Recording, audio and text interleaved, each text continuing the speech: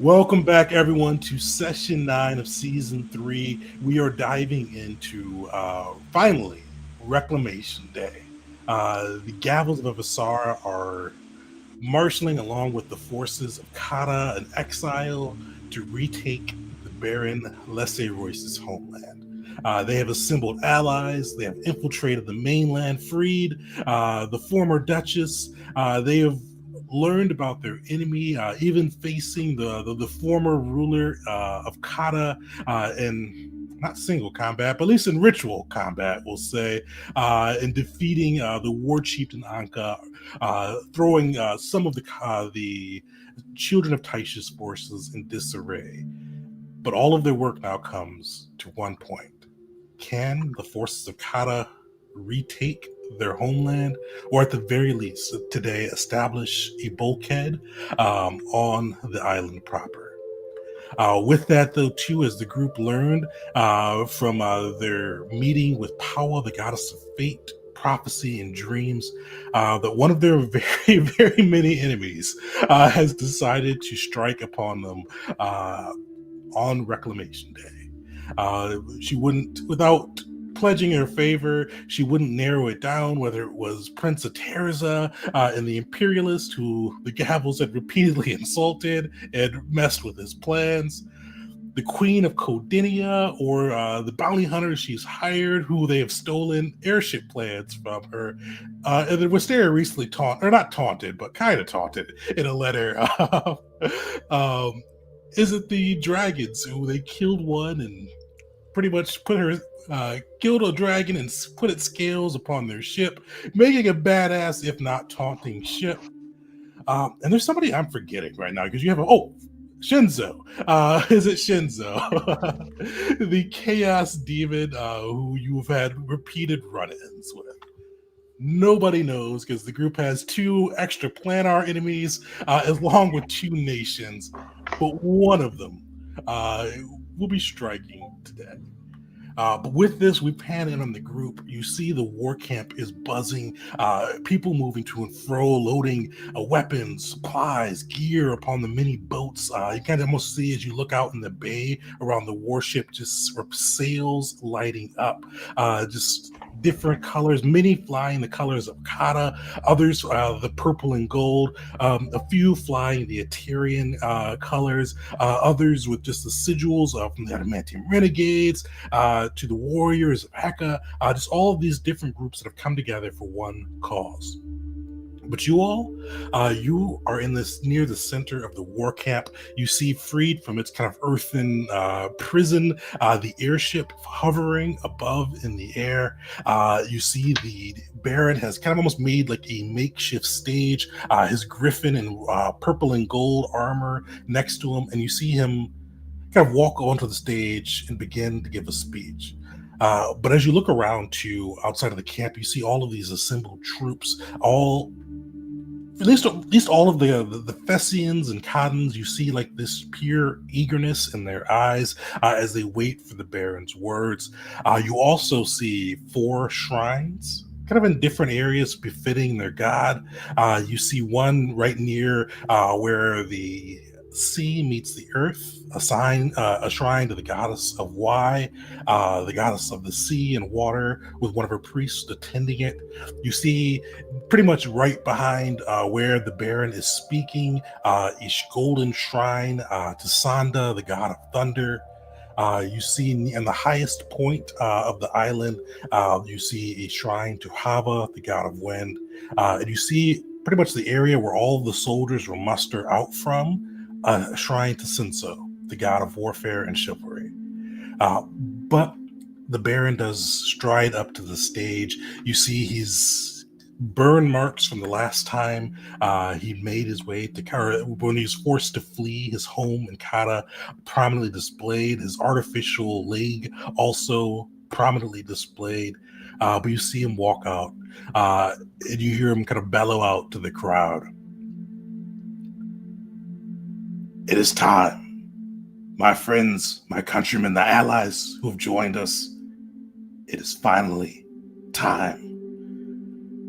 I thought a lot about what I would say today, and oddly, my thoughts turned to my father. My father, is no secret that we quarreled after this war began. He's a man of words. He's a man for peace. He was a glorious leader when the times fit the man. I thought of him because if he would be the one to be able to come up on this stage, give you a rousing speech, tell you all the words that you need to hear to be able to fight and retake our homeland. You all know me. I am not that man.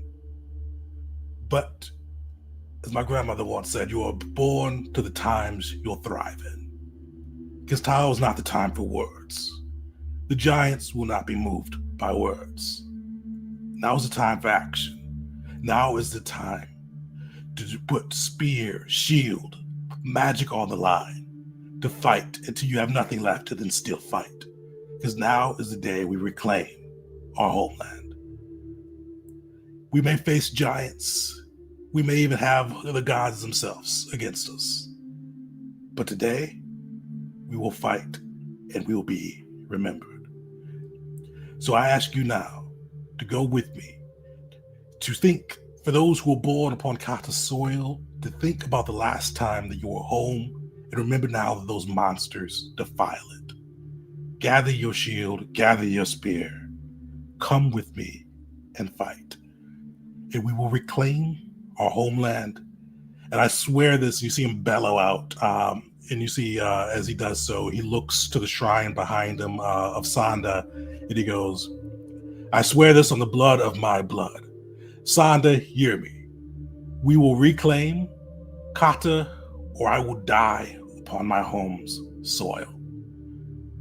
So come with me.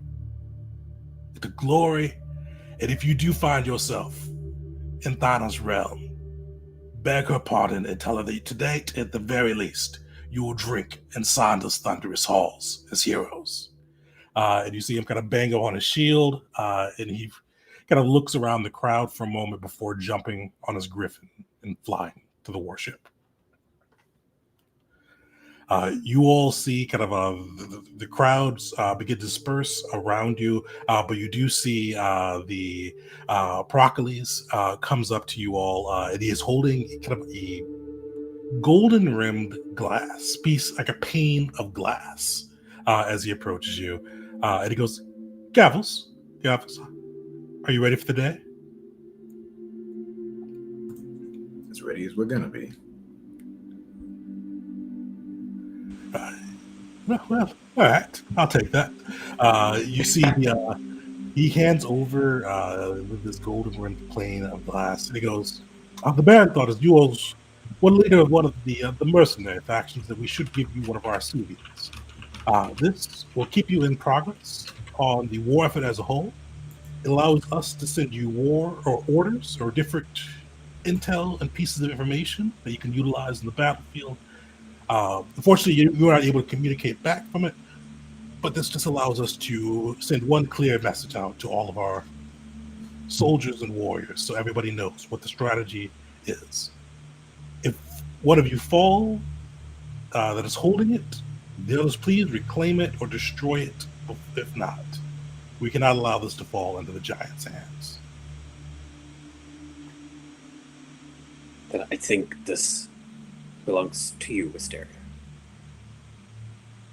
I'll nod and take it. I'll make sure this information is guarded carefully at all times. Perfect. Well, I won't hold you all. I do bid you to make a sacrifice to the gods before you leave, but that is your own business as well. I'm going to join the airship and do what I can to aid our Baron. But go well, and may you fight hard today. Just as he's turning around, Jeet comes up and says, Peracles, you asked if we are ready. The Gavels are ready to meet our destiny today. You see, with that, he kind of gives like a firm nod, and he goes, "Well met, Agnajit. I do not know what the blessing of Nar is, but I hope Nar's fire fights with you today." May Sanda be with you. See him smile, and gives a small bow, and then you see him hustling towards his own griffin to fly to the airship.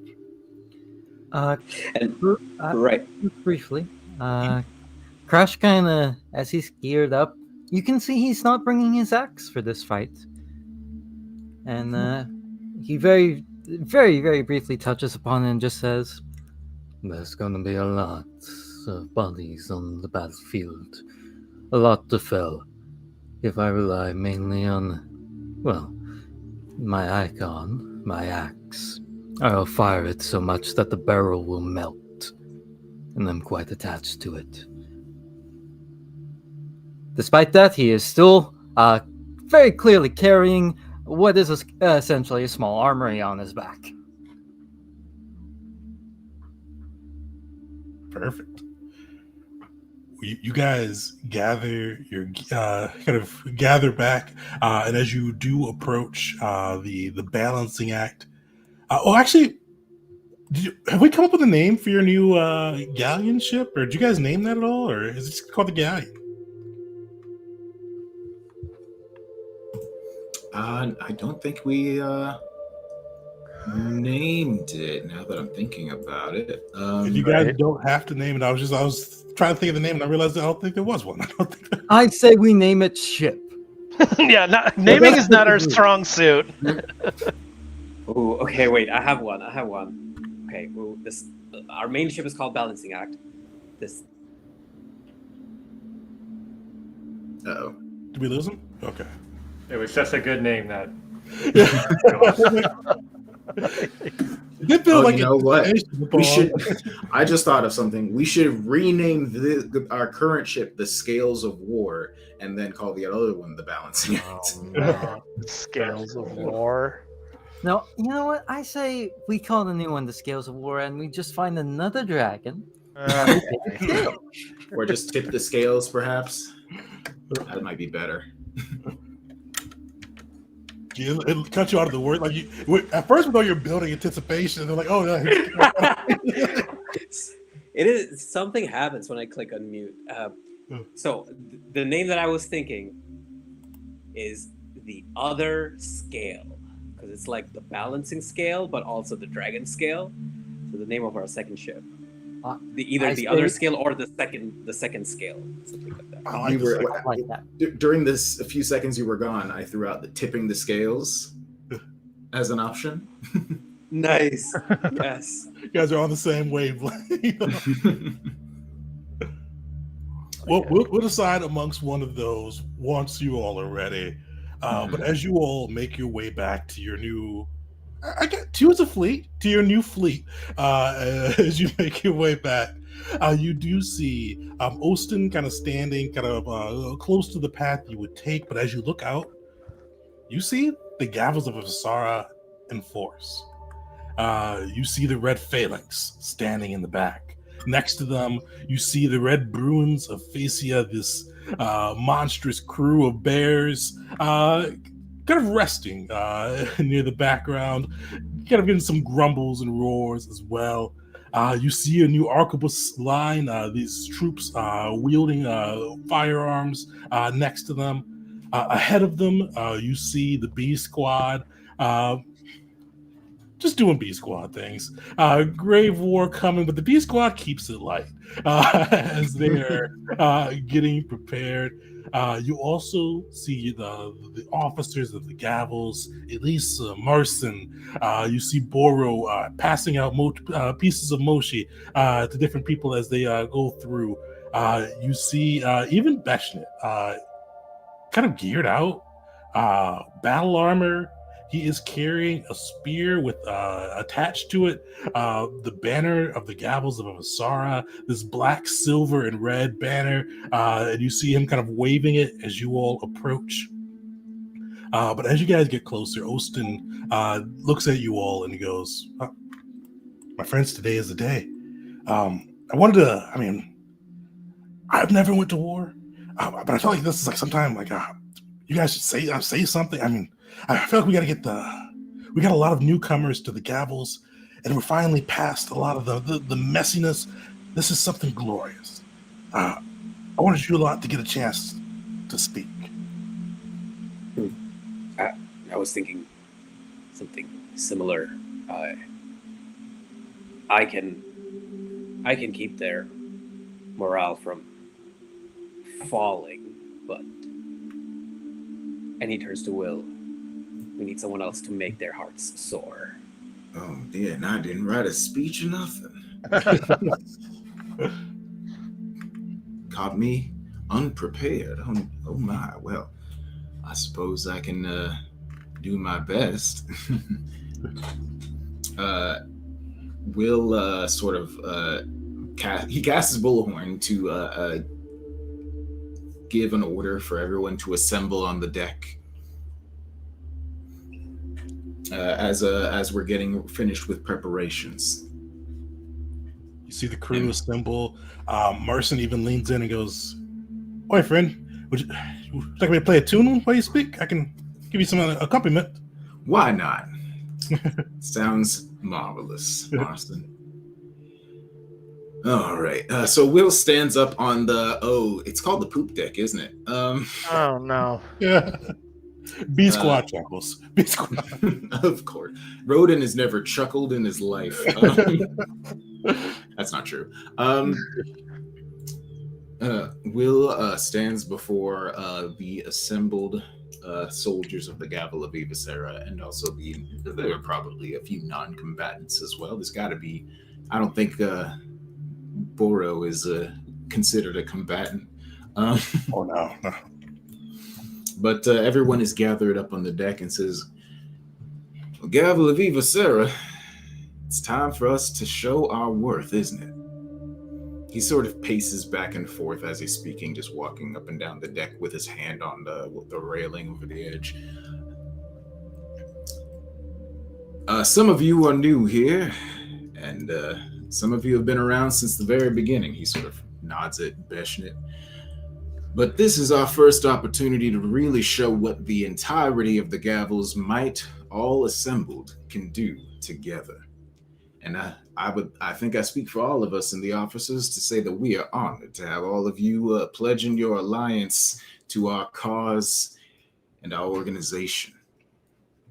Thank you very much. Now, I think all of us are excited, perhaps a little bit nervous, to really see what all of us can do, but I promise you that none of you would have been allowed in here if you didn't bring something absolutely vital to our team. So remember that you are prepared and you are supposed to be here. You are meant to be here, in my opinion.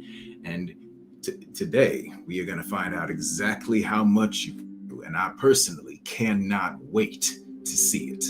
So why don't you all show me exactly what you can do, because I think it's going to be great things. Will, give me a diplomacy check. Oh boy. Do I get a bonus for musical accompaniment?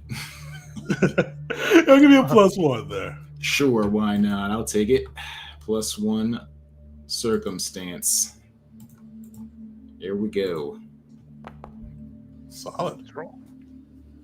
You hear cheers. I feel like the phalanx beats its shield, its spear against its shield, kind of making that clank, clank, clank, rhythmically going through. You hear roars from the Bruins. Even a few of the arquebus squad shoots off a gun, and you hear them cheering out. They are getting amped. And also give you guys 1 free die reroll when it comes to a war check. So just 1 d10, but you can reroll it. Sweet. Nice. Any other words from the Gavels?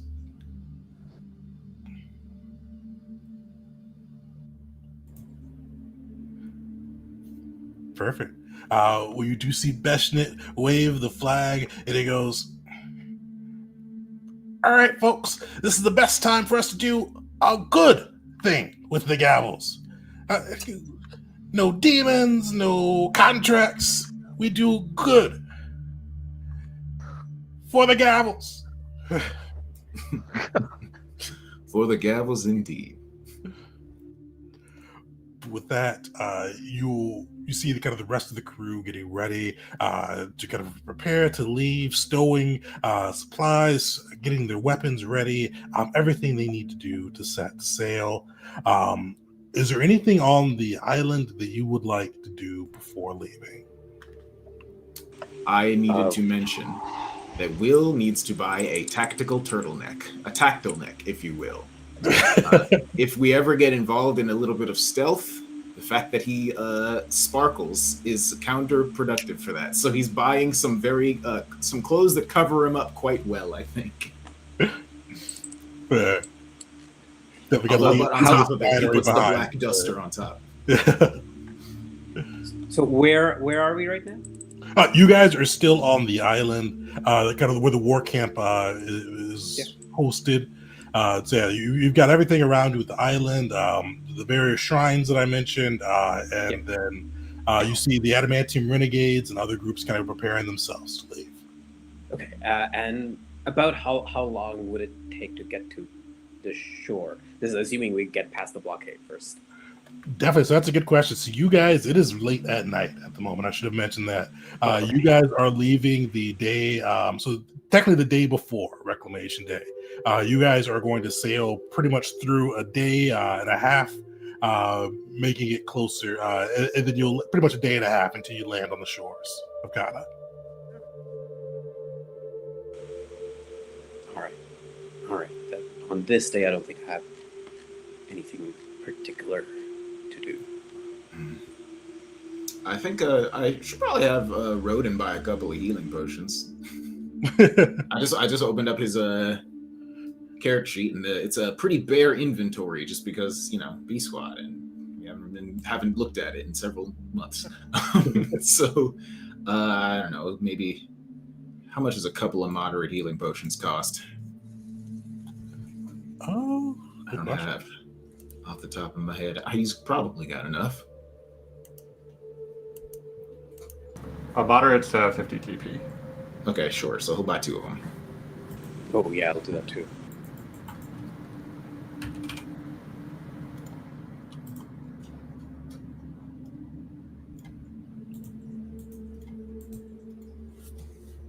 Perfect. Well, you guys are able to stock up on what you need. Get the B squad, some additional supplies. You see the Gavels are energized. They are ready to join this glorious fight. Actually, I should ask, are you guys ready to set sails, or anything else you'd love to do?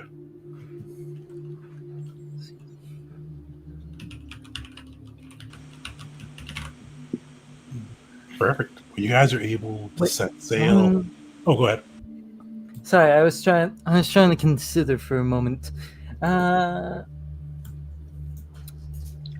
Oh dang. I was gonna say Crash would go to Belric, but he just turned his camera off. So. Dang. Oh, you still there? You're good, yeah. Crash would go to Belric. And he'd kind of look at him, nod, and just kind of, if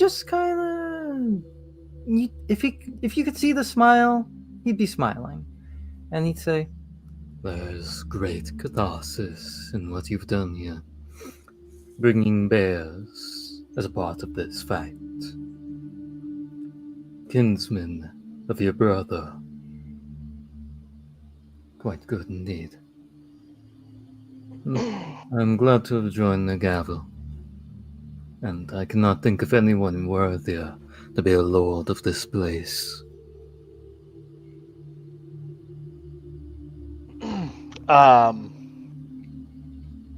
Balric would Balric would nod, and I think he would have an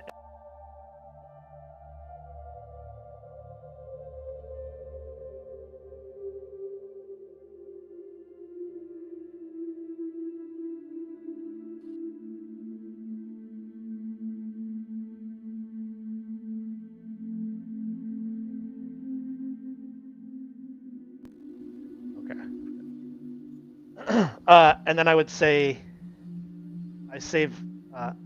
friend, I'm glad you've joined us. You've already proved your self-worth, and here, share a drink with me. I I don't know if we'll make it out of this, so this is the good stuff that I've saved from Osen, from our hometown, and he would give him like something from like just a hard black oily sort of ale that I would assume they were both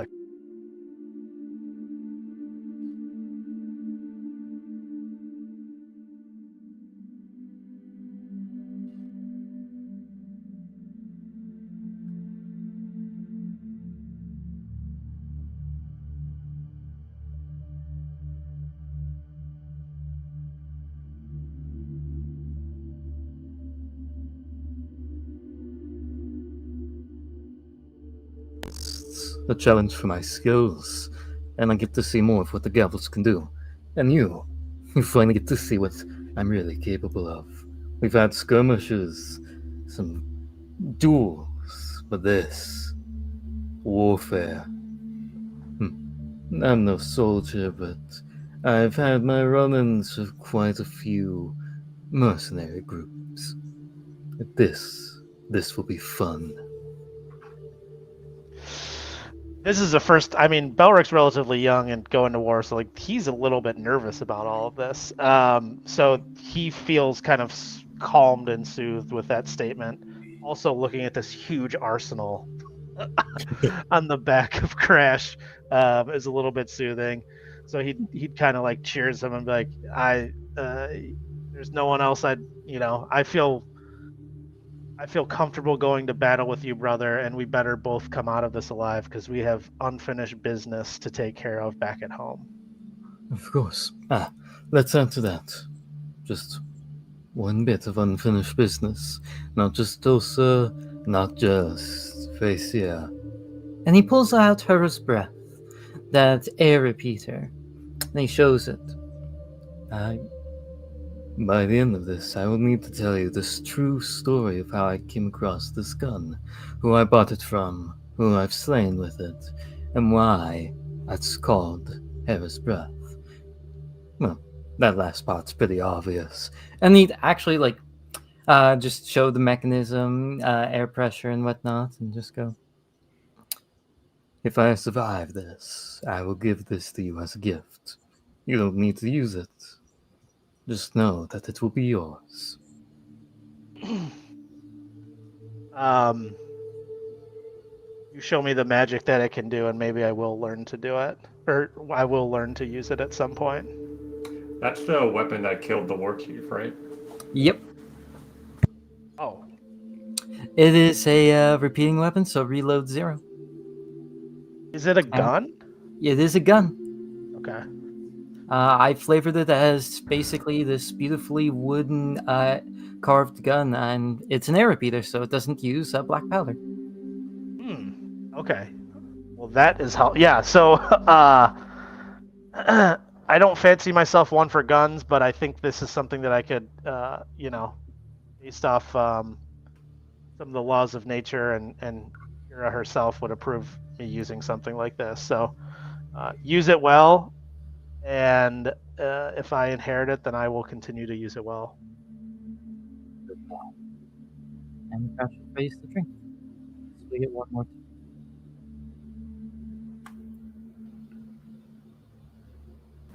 Perfect. Well, you all are able to eventually board the balancing act. You set sail as kind of near the head of the fleet, and that basically, as you all get the balancing act, your shimmering ship that almost seems like with the blue scales still seem to arc and spark lightning as you cut through the water, still in this steady downpour of rain, this still warm, uncomfortable rain that has not let up for the last 2 weeks, just still has almost become familiar at this time. The rain for the 2 weeks has been consistent, constant, and hot. It's just been a reoccurring theme. But as you guys are able to get the boat out from the dock, out from the island, in mass and force with this fleet, you look around, you see the sails of so many different ships arrayed in front and behind you as you begin to make your journey to Kata. You guys, the first. Oh, actually, is there any other group things the group wants to do before we kick in?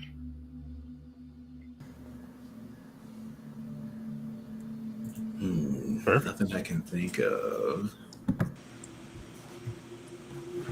Chris, Yeah, you think just of something? prayer to Nar. Oh yeah. Chris, Go ahead, yeah, dude.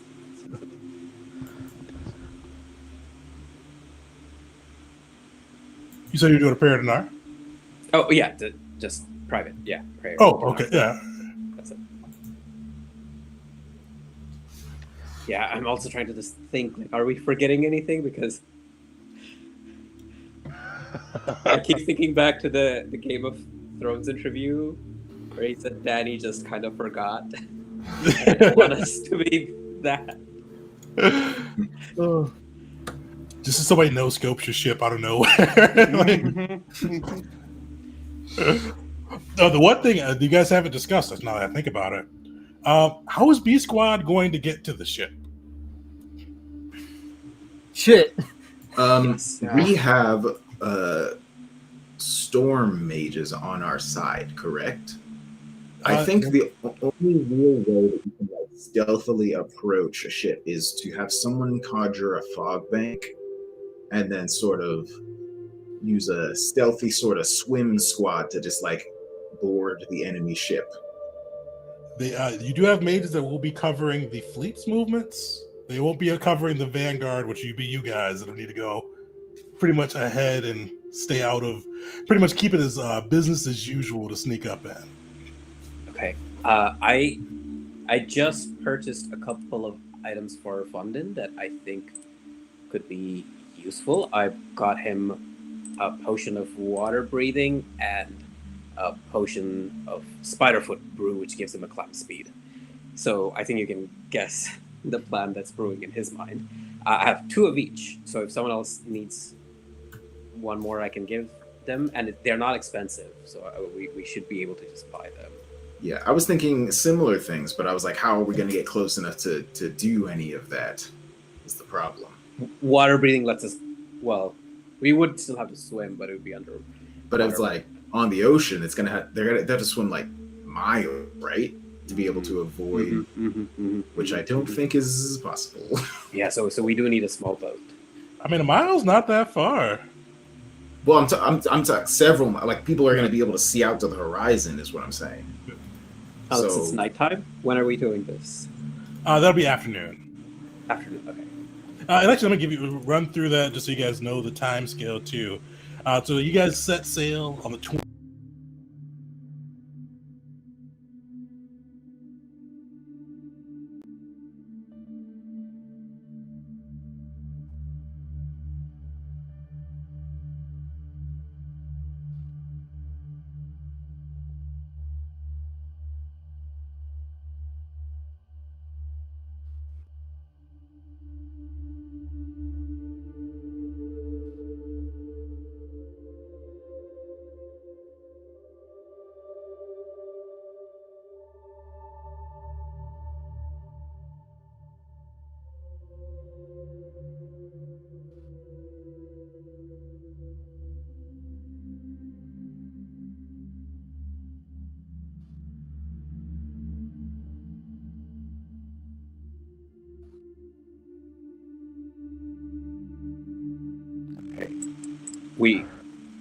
What we can do for the B Squad is we can buy them a marvelous miniature boat.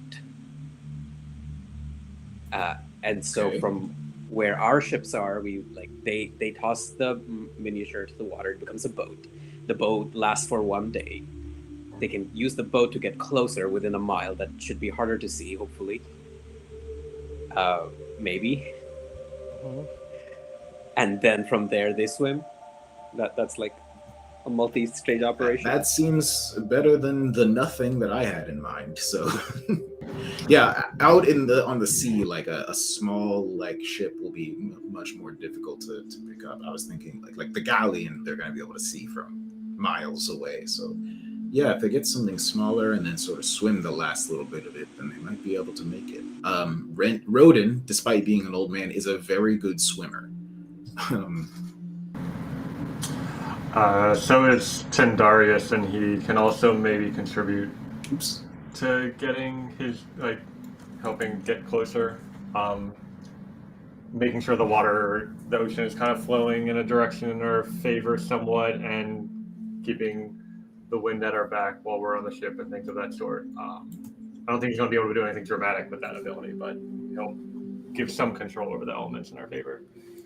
Which elements does Tendarius control again? Water and wind. Water and wind, okay. Yeah. And even with the water, you could have used it almost to at least keep the waves in front of you high enough to hopefully like cover the ship. Definitely. Oh, you know what? The cutter might be too conspicuous. Just 2 rowboats is what we need. 2 rowboats. So it sounds like the plan's 2 rowboats.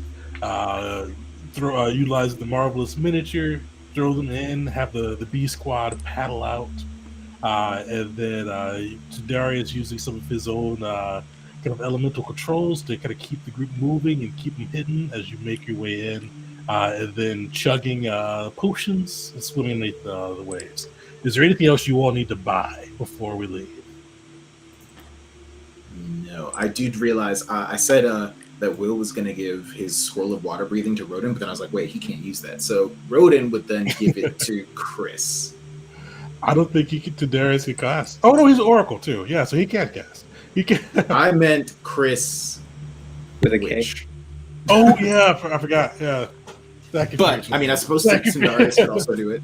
He knows Tindarius better, so if that works, then he would probably give it to Tindarius.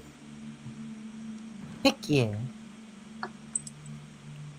The very first thing that came to my mind when giving a cleric of Kosir a scroll of water breathing is them immediately dunking their head into a keg. Skis would also buy a potion of water breathing.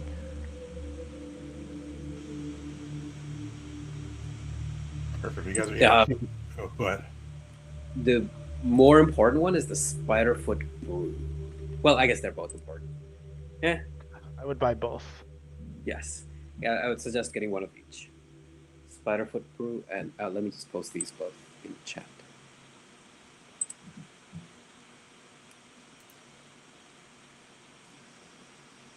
And then we maybe we don't need to get the marvelous miniature. I think like a rowboat we can just have on our ship. The marvelous miniature is expensive, and 2 rowboats are cheap. Perfect. How much are rowboats actually? The rowboat's 15 GP. Oh, nice. Yeah, very cheap. Perfect. Well, you guys stock up on your potions, your rowboats, you have your plan in force as you see the B squad kind of below deck, just getting prepared for what's ahead of them. The ship does sail the first night. Pretty, I mean, outside of hot rain and it just never ceases, pretty easy sailing. The Gabbles are able to maneuver through, stick with the fleet. Everything is proceeding kind of as expected for the first day, as you all spend the day at sea getting closer to the land of Kata. Reclamation Day comes, and you're almost awoken by the absence of noise. The steady downpour, the steady staccato of rain that has just been beating against the ship, beating against your tents, beating against your flesh constantly for the last 2 weeks. You kind of wake up and it just seems so quiet without it. What do you guys do? What happened? Did someone throw all their treasure into the ocean? What happened? Somebody with a spyglass. Start looking. I know Rodin has one, so Rodin can do it, I guess. You all make your way up to the deck, and you see ahead of you, like the rain is still continuing everywhere, but within a ring of your ship. So all the other ships around you, the rain's actually intensifying, almost obscuring them from your view, but you do see the rain falling ahead of you, and you hear this haunting voice call out. And Will, it sounds somewhat familiar from what you've heard. Do you want to spread my retribution to the whole forces of Kata, or will you false liars take your brunt? I leave the choice to you. All right. First of all, Rashanael yells at Will for blasphemous thoughts, and then it turns to the rest of the team. All right, I recognize the voice. I spoke with her. What we discussed this. Apparently, she's seeking retribution. Do we want to? I think we have no choice but to try to deal with it ourselves. If we send unexpected sea-based trials and tribulations at the rest of our allies, then it could significantly hinder the war effort. I don't think we can do that. We are at least, aware that something's going to happen, so we can do our very best to be prepared for it. Any objections?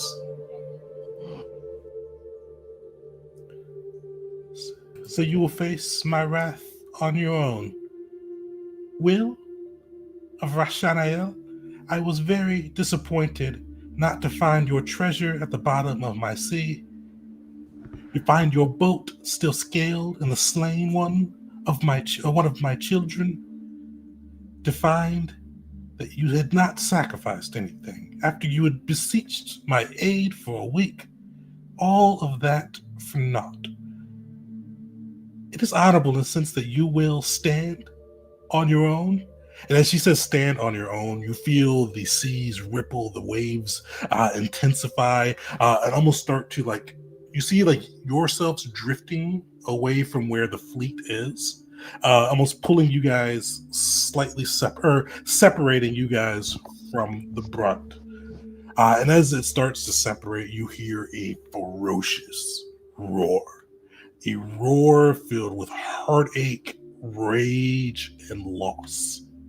A dragon's roar. And you see on the crest of the sea, the rain pretty much once again stops in the area that you are in, but you start to see water building upon the horizon. You see a cresting wave, nearly a tsunami of a wave. And you hear that roar coming from it, bits of scales peeking through the wave as it crests and build.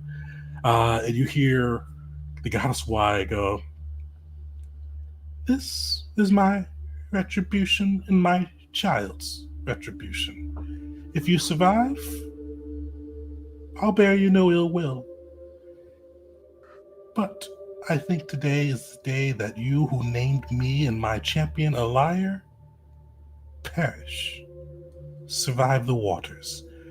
And as she says that, the rain once again starts downpouring. You see the wave cresting and building. You see the ship is bucking and kind of just listing from side to side, trying to stay above float in the waves. And what we're going to be doing for this first section is it's almost a little bit of a skill challenge, but it's going to be your role on the ship. So you all will get to flavor kind of how you do with Wisteria, the pilot, Belric, the navigator. This is one where you'll probably have both, or where you'll have both the oars and the sail out as you try to fight the waves, try to keep paddling, trying to maneuver away from the tsunami that threatens to crash down and wash you away. How you keep kind of your ship together, the riggings and everything intact as you go through and deal with this. So Wisteria, usually I let everybody go with their own Ori. Wisteria, you're gonna go last. That piloting check, we're gonna see how everything does here. Because I'm going to give you the fail state up front. Each success you guys get is going to bring this DC down by 2. If you guys fail everything, there is going to be a DC 36 fortitude save as this wave crashes against the balancing act. If you crit fail, you're just knocked out of the boat. You are knocked into the sea, and there's something happening in the sea. Oh no. You regular fail, you get a chance to grab the ledge with 3 minus whatever DC the wave is at. So crit fail, no chance, you're in the sea. Regular fail, you get a chance to grab the ledge at -3 from the overall DC. So with that, you guys know your roles aboard the ship. Wisteria is the pilot. Belric is the navigator. Will, the oar master. Jeet, the bosun, even with the weird spelling. Crash, the rigger. What are you all doing to keep this ship together as the seas are like tumultuous, churning, and just throwing the balancing act this way and backwards and forth? The rain is pooling upon the deck. What do you guys do? Briefly, I will say, I got back a little while ago, and holy shit, I caught all of that. Oh dear goodness! At least if we survive, we won't have to worry about the sea plotting our demise. Hopefully. Quick question. We spent the night on our ship, so we all get the extra hero point, right? Right. Cool. We're gonna need it. And this, sorry, just to confirm, this is Reclamation Day. Like, This is Reclamation Day. Yeah, okay, there'll be no more rest or anything. Spells, Okay. that's a really good point. Your spells, resources, all of that. This is going to be a very long adventuring day. I mentioned it off stream. At the very least, you'll have 3 pretty tough battles. There's potential. I mean, you guys always like to strive for a little extra in there. There's potential for you guys to go after some additional objectives if you are so inclined. But to accomplish Reclamation Day, if everything goes well, there'll be at least 3. And the Okay. bonuses from our ship won't refresh until we spend another night on the ship, essentially, right? Including That's that right. hero point? Okay. Gotcha. All right. So. Oh, the for hero point. this The hero point each session, because you guys bought the upgrade for the hero point. So the hero point's good. It's just the other things that won't. Okay. Oh, cool. You guys, I forgot what it was. The enhanced officers cabins. You guys bought something that gave you that. So we'll have, sorry, to be clear, we'll have 2 Every hero session. points for this session and then 2 hero points for next session. For all Reclamation Day, you guys will have the 2 hero points. Okay, great. Thank you. All right. So this time around, Jeet isn't leaning so much on the rigging and just raw force to hold against the wave. He's starting to learn what water is and how powerful it is. So he wants to try and ride it. So this time it's going to be a nature check, not a crafting one. Perfect. I'll give you that nature check. Typically, the DC for this would have been, I think 25. 25. Plus 25. 5 for this. It is DC 30. 30. All right.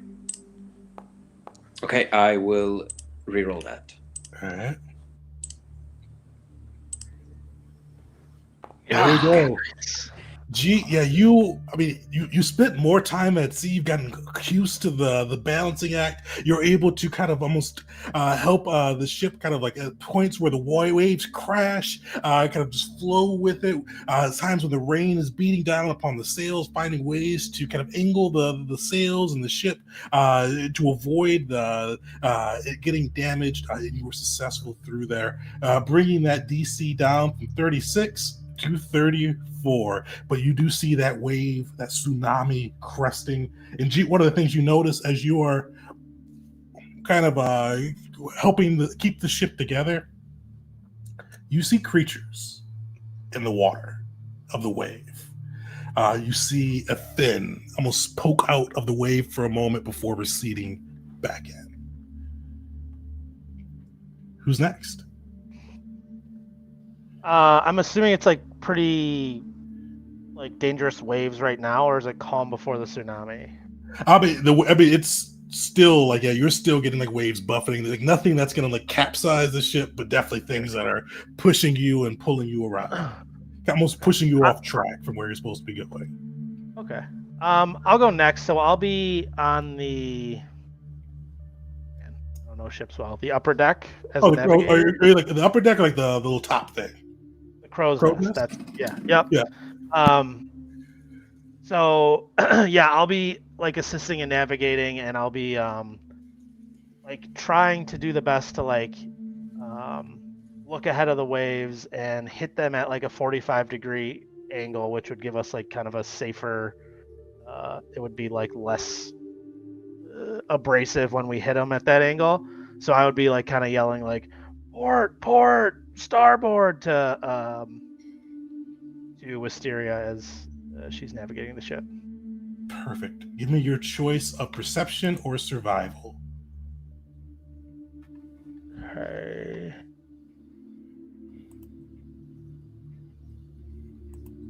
We're gonna go with a perception.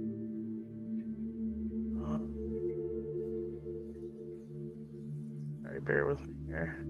No worries.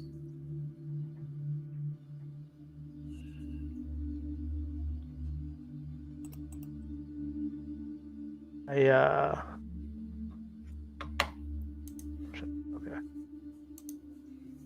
It says roll +5, is that correct? Oh no, you should be like plus 23 or plus 21.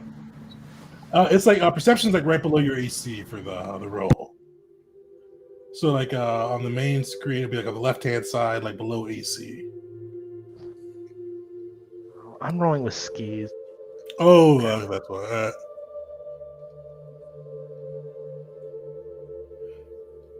All right, well, let me see what my survival is on Belric. What am I doing? Good grief. It looks like your perception's better than your survival. Okay. Oof. We're going to re-roll that. Go for it up. Damn. Better. You guys aren't rolling the same number at the very least. I'll say that. We're not duping it, yeah. Unfortunately, like Boeing, as you try to like call out to steer into the degree, the 45-degree angles and the waves, the rain is just coming too hard. The waves coming too fast. And the weird thing with this storm and the waves too, no wind. Like the wind is still blowing the same direction, kind of pushing you guys towards Kata. It's been the whole time. This is all pure sea, pure water pushing against you. So that is a failure on that side. So the DC stays right now at 34. Who's next? All right, Crash amongst the rain, the growing waves, everything else. He's going to be striding, kind of staying stable, just walking, kind of looking at the ship, making sure nothing is beginning to tear apart, that every rope is still tied, that every sail is uncut, that every board is in its place. Perfect. You can give it either athletics or crafting check. Let's see here. Athletics would be fun. Go for But it. crafting actually is higher. I'll go with crafting. I'm gonna reroll. All right, it's not been a great start for the crew here. Oh, Your bad boys. roll. I All should right. use Four. athletics. 4, 3. So you know what I said about him? Yes, he's striding, stable, and all this. Not so much as everything starts going, and his fear starts to show more. Stoic demeanor starts to fade, and he's more frantically trying to keep things in place. And there goes the nails. Hammer just got flooded to somewhere else. Oh shit! Oh, where'd the sewing kit go? The waters, your tools moving, frustrate, crash, keeping that DC at a high 34. Will, what's Will doing as your master to? How's he keeping the crew moving? As always, Will's job on the ship is coordination. With the power of bullhorn and message, he can help everyone in different parts of the ship, different roles, all stay coordinated and stay on task, working as a single unit rather than different people trying to occupy themselves with different things. Perfect. You got your choice of Sailing Lord at DC 27 or Diplomacy and Intimidation at 30.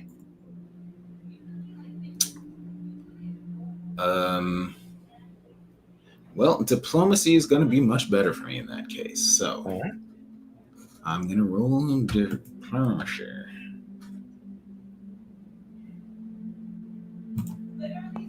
There we go. Nice. Yeah, Will, between your magic, speaking directly into someone's minds, your voice billowing out through your blowhorn magic, you're able to get the group rowing in stride, rowing through these tumultuous waves, rowing forward, continuing to head on the direction towards Kata, keeping everything aligned, bringing that DC down to survive the wave from 34 to 32. But now the big check. Wisteria, the pilot, the one steering this vessel. Wisteria, how are you going about that? So in her preparations, she read about tsunamis and how to prepare for them. So she is laser focused on remembering everything that she read and making sure that she does kind of like the calculations about where it's coming in, when it's going to start cresting, and where to angle the ship to take advantage of the movement of the water to get to safety. Perfect. Give me that piloting check. There we go. Nice. Wisteria, you steer through the ship. I mean, you almost got smashed by a tsunami earlier. It definitely makes sense. Wisteria would have spent some time reading up on how to sail through one. You're able to angle the ship, kind of moving through key spots, just keeping everything together as the waters turn dark, as the ship bucks, just kind of doing your best to stay above the water. And you guys bring that DC down from a DC 32 to a much more reasonable DC 30 as this wave approaches. But as you look, you see the wave cresting, you see shapes forming amongst it, and you see it come crashing into the balancing act. Just water everywhere, water consuming the horizon. You see it flow onto the deck with the force of an anvil, pushing, pulling, dragging those who are not prepared beneath. Everybody, give me a fortitude saving throw, DC 30. I will remind everyone, the new infirmary grants a +1 to a fortitude save. We have 3 of those, but we also can use it for medicine checks in the future if I need to battle medicine people. So if you want to use those now, you can, but we are in a limited supply. Do we have to declare it before we roll that we want to use that? I think that one's a pre-declare, but let me make sure. Do you have it in front of you, Chris? Not the full rules now. Okay, let me.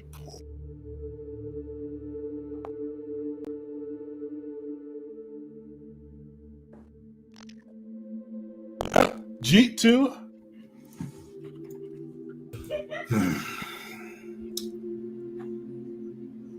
Wisteria, all right. All right. Oof. Hey, it's not a crit fail. You get a chance to do a reflex if you don't hero point it. Mm-hmm. I use both my I hero have points. to bring this up. Belric was in the crow's nest. Yeah. All right. I am okay at fortitude saves, so I'm just gonna believe in my own powers, I think. All right. There Yes. we go. I feel like Rashada El herself roots you to the deck as the wave crashes through. Belric, are you leaving it or are you rolling?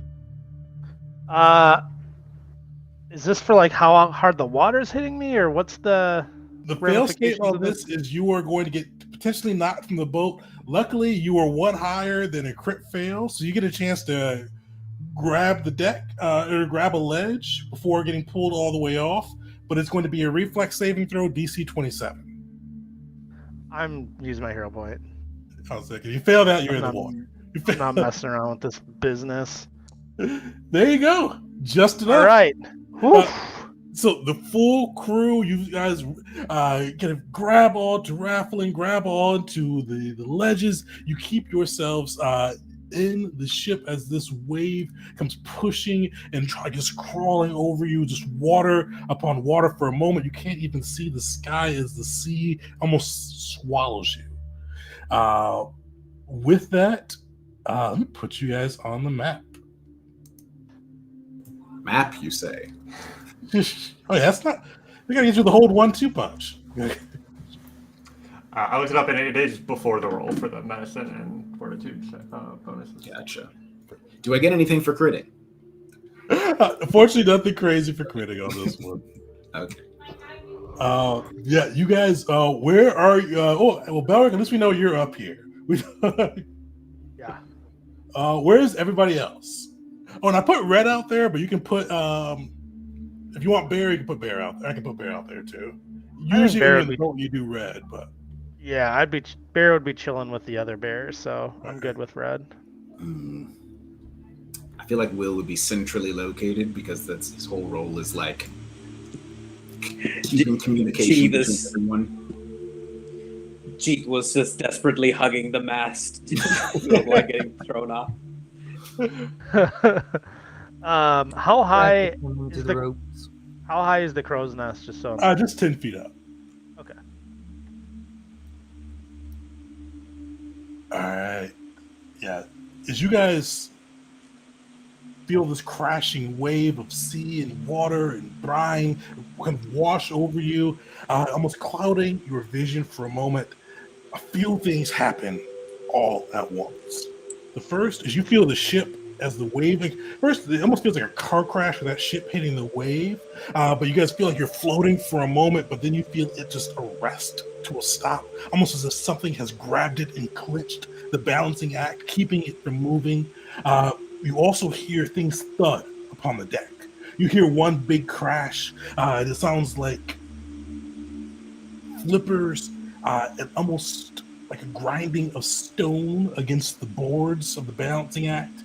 You hear one like kind of almost sloosh where it sounds like the water kind of hit and re-solidified. You hear another too that just almost seems like the squeaking of water against grass and vine as it makes its way on deck.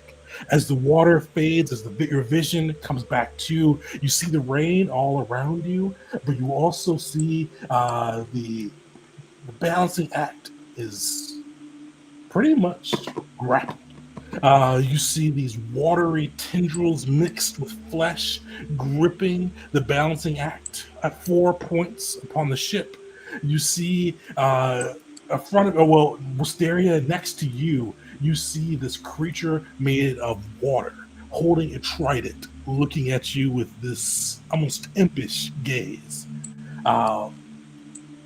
Next to you, Will, Will, Crash, you see this thing towering next to you. And for Will, this is something you've seen before. You see a dragon turtle in all its might aboard the deck, eyes kind of flittering between Will and Crash as it looks upon you. And G, you can see that. Actually, yeah, you can see that dragon turtle too easily from where you're at. And at the far end of the ship, you see this.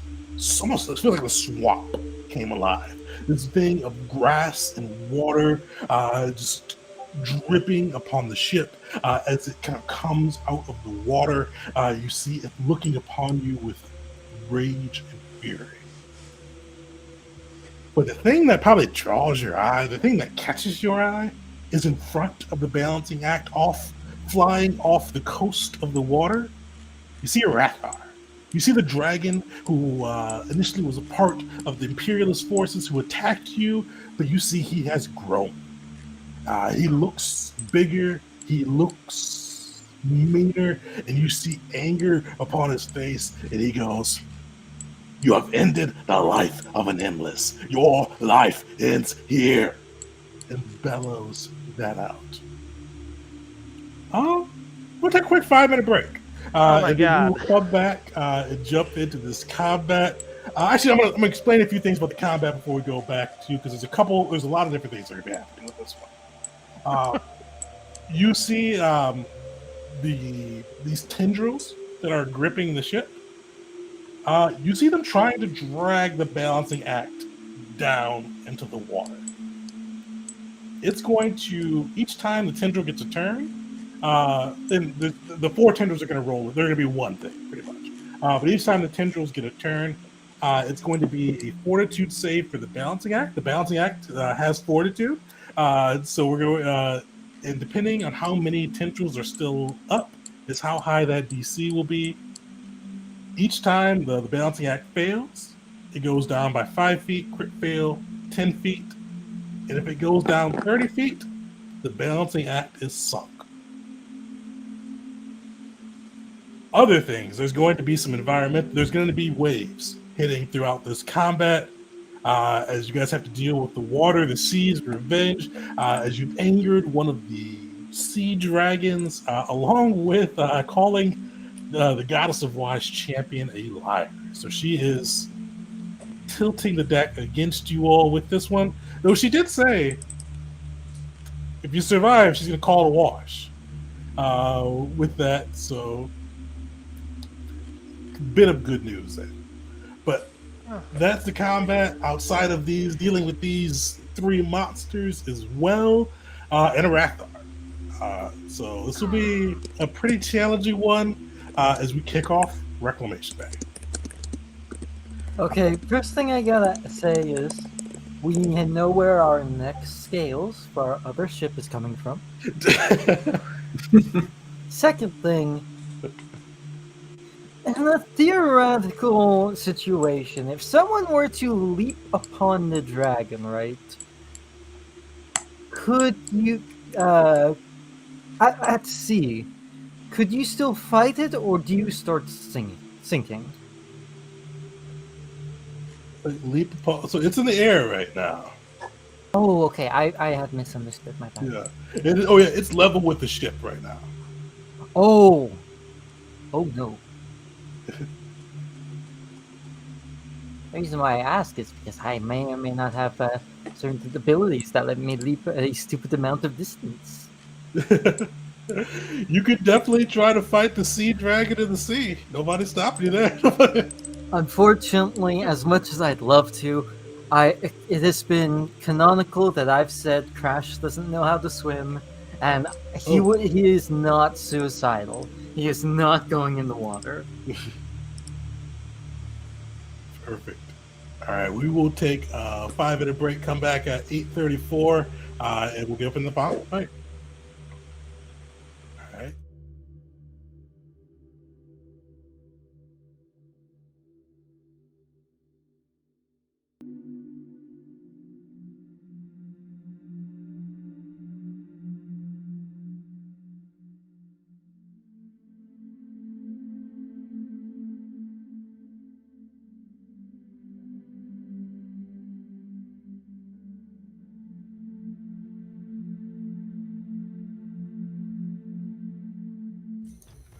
Welcome back, everyone. We are diving back into session 9. The group is pretty much under siege by the goddess of the sea, along with the Rathar, the dragon whose best friend they killed and used his pelt to adorn their ship. You see there's rain beating upon the ship. One of the things you guys notice too is the rain beats upon the ship, and the ship kind of glides through the water. That same bubbling and boiling when the water meets the deck of the balancing act continues. It's been going for weeks. You also, as you look to, the waves are churning, and they seem to still be aggressive, with the waves cresting and moving towards the balancing act. But Wisteria, I think you get to kick it off for us. Oh, All right. Can I tell if I'm in this watery dude's reach by the length of his weapon and arm, or is that something I'll just need to find out? You could tell. I think you're within 10 feet, right? Yeah, looks like it. You are, yeah. You are within his reach. You see his trident can lash out. All right, I'm going to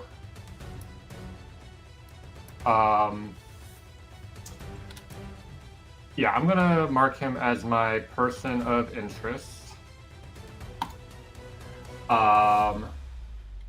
And then free action devise a stratagem.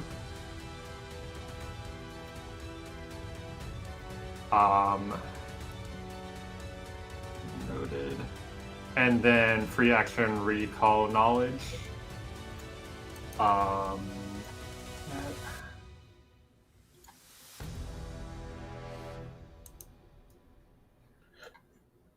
right. Do you let it stand? Yeah, I'll let it stand. Fortunately, the only thing that you know about Murids is that they are denizens of the water realm. You've heard that salt may slow them down, but you're not sure. All right. And then I'm going to use my new fighter feat, parting shot, to step back, hopefully putting me out of his reach, and then make a shot that he's automatically off guard against. Nice. And then try everything. Okay. Action, strike.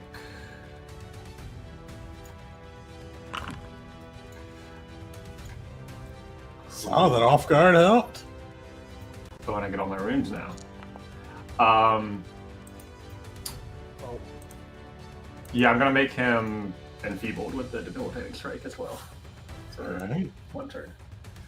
But that was all three of my actions.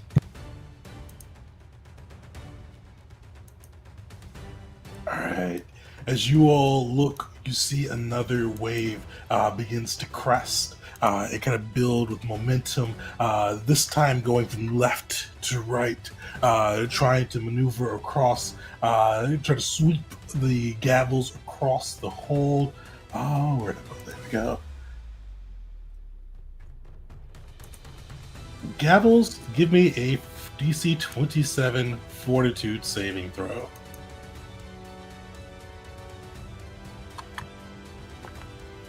Is this a magical effect? That's magical. Okay, I have an ability.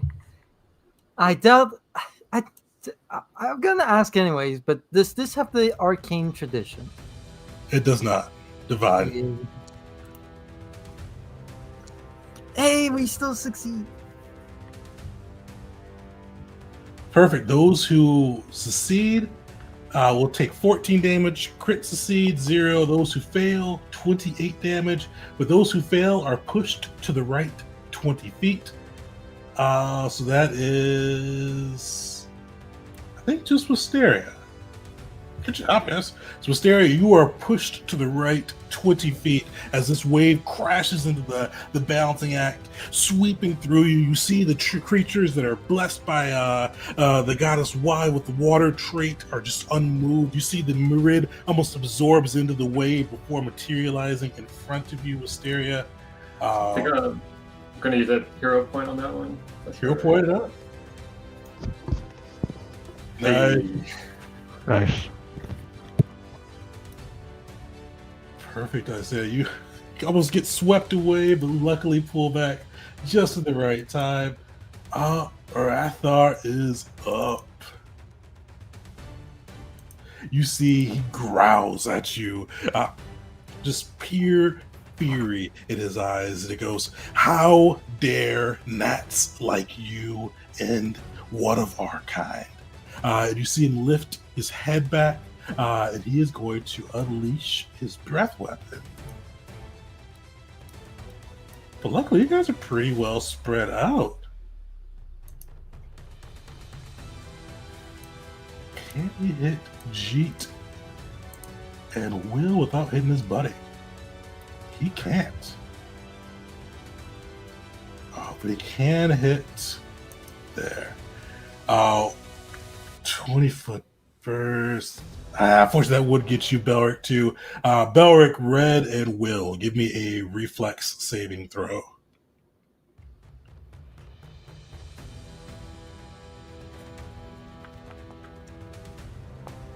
Oh dear. Alright. Hero point it? I'm thinking about it because I feel like starting off with low health is going to be bad for me. Who knows? It might take me out in one hit. I don't know. So I am going to. I'm gonna take it. It's fine. It's not fine, but I'll live probably. Perfect. So that is the crit fail. So that is 20, 33, 43. That is 86 damage total. You see as like the Rathar like gulps out this breath. You see it as like this burst of water. You see surprisingly crackling energy in there. You see almost bits of electricity arcing between the globe of water as he belches it out towards the balancing act. It crashes into the deck, exploding in a splay of light, and water is bashing into the wheel, Belric, and the ship. The ship is also going to take some of this damage as well. The nice thing, though, is you do get some bonuses due to it. Part of it being electric. You see Arathar glares at you, and he goes, "I've mixed in the elements of my friend to do him justice as I kill you." Hey, he's going to cast shield. So. Hey, because I forgot that I took some damage from the previous thing, I didn't realize that I thought I was at full health for some reason. Can I choose now to actually use the hero point for that? Sure. Because I was like, wait, why am I down? Why am I down already? I had full health. How did this happen? But I didn't actually have full health. My bad. So hold on, let me try. Yeah. Okay. That's better. So still failure, but better. So that brings it down to was 86 or 43 damage. All right, that is Arathar's turn. The dragon turtle is up, and you see he is going to crash. You see him glaring at you. He is going to take. Actually, does he need to take a step? 10 feet? Are you within 10 feet? Damn. Looks to be. Alright, he is going to unleash Draconic Frenzy upon you. Oh no. You see him glaring at you, teeth wide, claws just ready to rip into your flesh. Why won't it let me target you? There we go. Alright, you see him lash with his jaws first. Oof, alright. And then a claw strike. Claw strike. Luckily, they will miss. 2 misses. Is there anything cool he can do with one thing? Oh, sorry. Yeah. I was busy doing math. Is he targeting me with this stuff? No, he's targeting Crash. Okay. You see him conjure a storm around him. You see him gathering up the water and the kind of the wind that's whipping around, bracing it with his own fury as he gathers that storm into himself. For all other flying and swimming creatures. Alright, do not get in the water. Derek, you are up. Oh my gosh. Tegan, you didn't roll the critical damage. Oh, yeah, thank you. Do you want me to use whammy? No. Do you need me to use whammy? I only get one of these per day. Crash should be okay. Better to save it for someone else.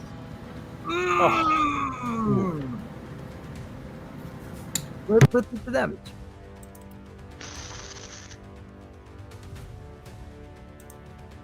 Alright. Belric, you see the storm raging around you. You are the crow's nest above a lot of the fray. What do you do? I don't know. I don't know. This is chaos, man. I don't even know where I should emphasize anything. Merritt has taken some damage already. Yeah. Yeah. Oh, Focusing hard is a good idea. Hey, Missing sorry. the Because Mara, of you the said? crit damage, I was downed and I was moved in the initiative. Oh, where's your initiative before? Good question. It was like 28 or something, if I remember. I can scroll up and find it. I did 28. 28. Is correct. Okay.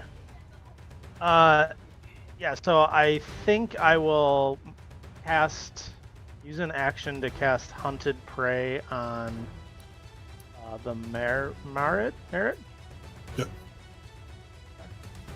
And then I will Hunted Shots. If I'm not mistaken, you were the one who killed his friend last time. He was. I killed his buddy? You killed the other. You put an arrow through his eye.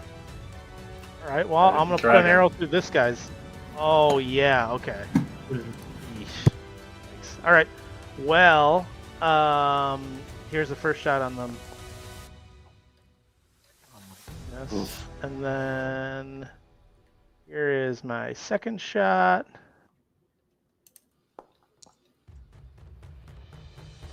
Nice, that'll hit at least. It. Okay. And for my next action, I'm going to command Red. He can fly 60 feet. What do I want him to do? Kind of want him to just start hacking away at these things. I don't know. I like that idea. All right, he's gonna go over here and just. Whoops. Come on, bro. There we go. And then he is going to. All right, this new interface is like. Yeah, it's a little different. Yeah. For viewers, we finally did the Foundry version of 13 upgrade, which is why I can't get rid of all the boxes on the combat map for the viewers. He's gonna do a Talon Strike. All right. Let me target. Nice, that'll hit.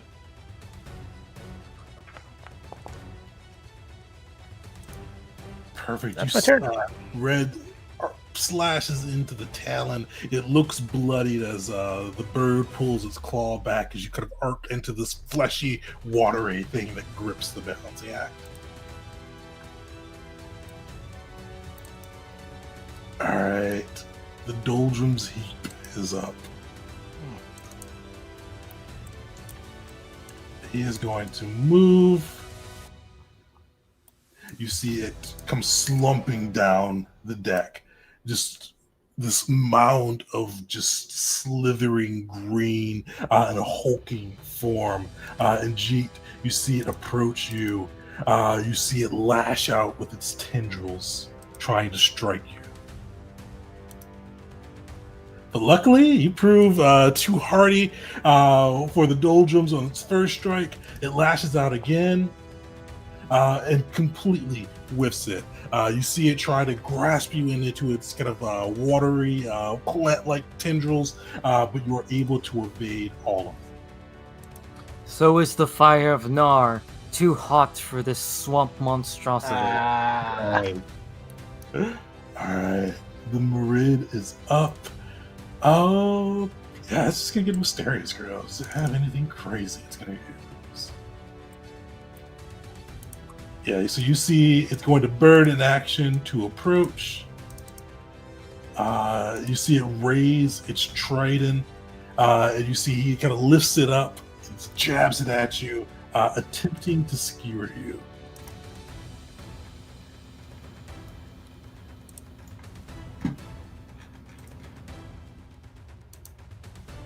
I forgot to target you, but I assume with 38 hits, it probably doesn't crit, though.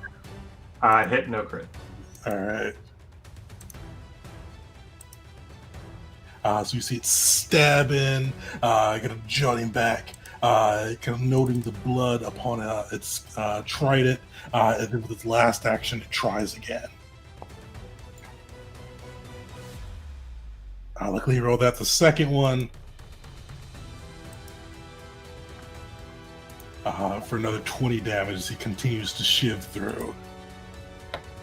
Will, you are up.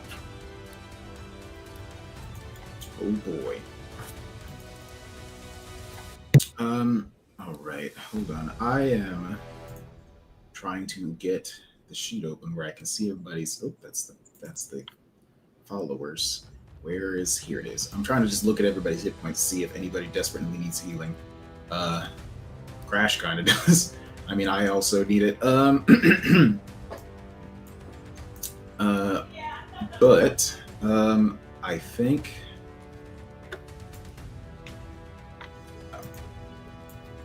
Yeah, I can't reach it with Wisteria to heal her. Well, I could run and get there.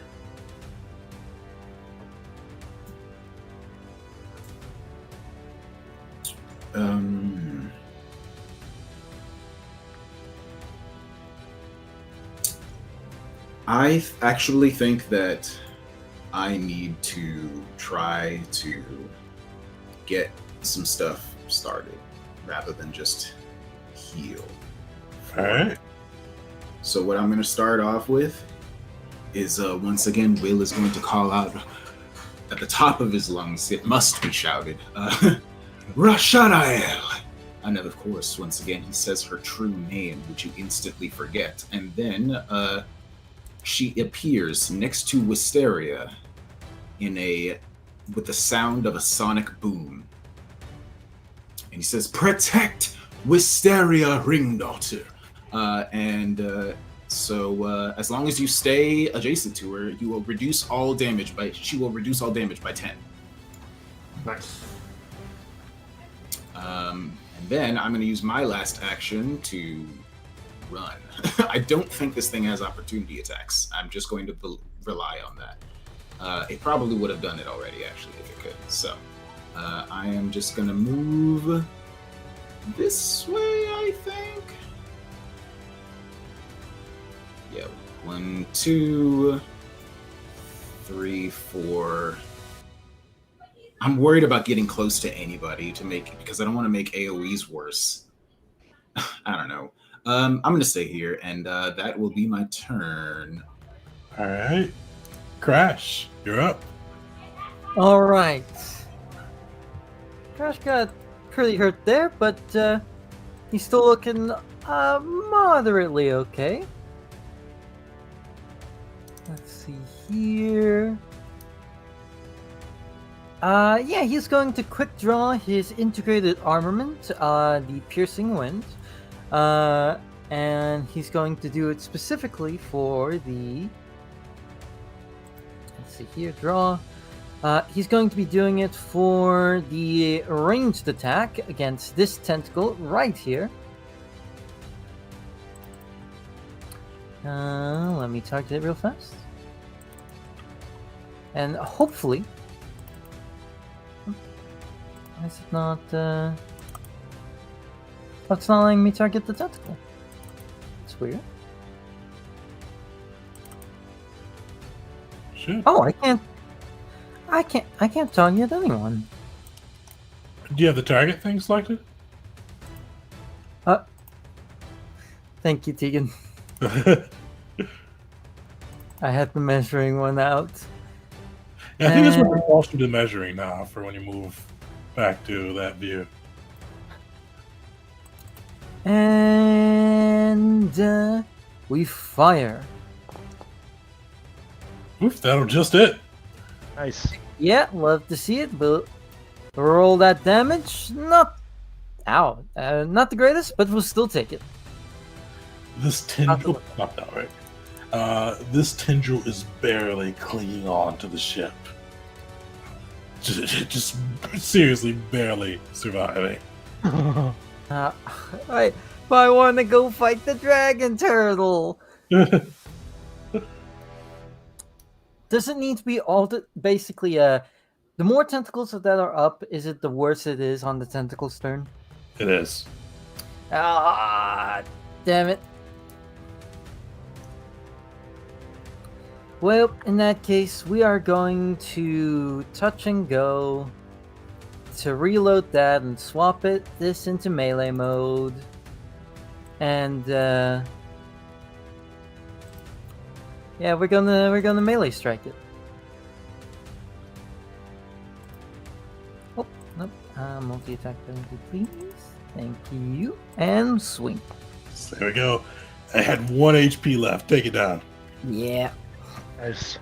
So Crash, he has a pistol in one hand right now, but he raises up his arm, tilts his wrist downwards to kind of reveal that hidden cannon he has as a part of his wrist, and just lets it blast into the tentacle.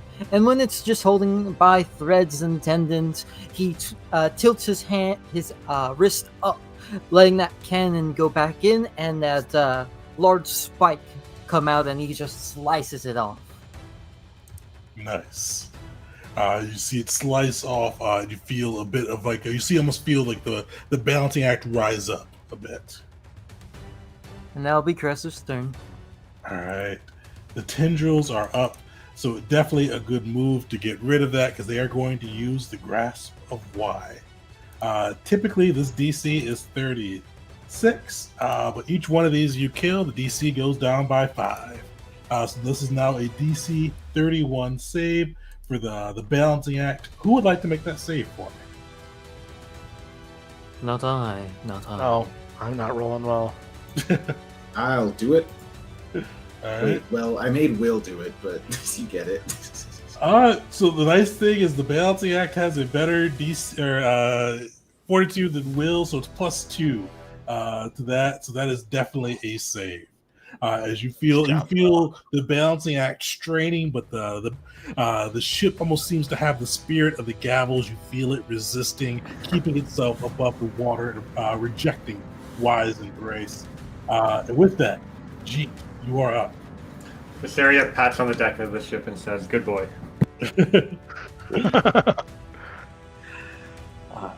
Okay. G takes in a breath and lets out some flames. Okay. It's not going to be the same strength as his usual flames. Come on, one of these buttons I know turns it.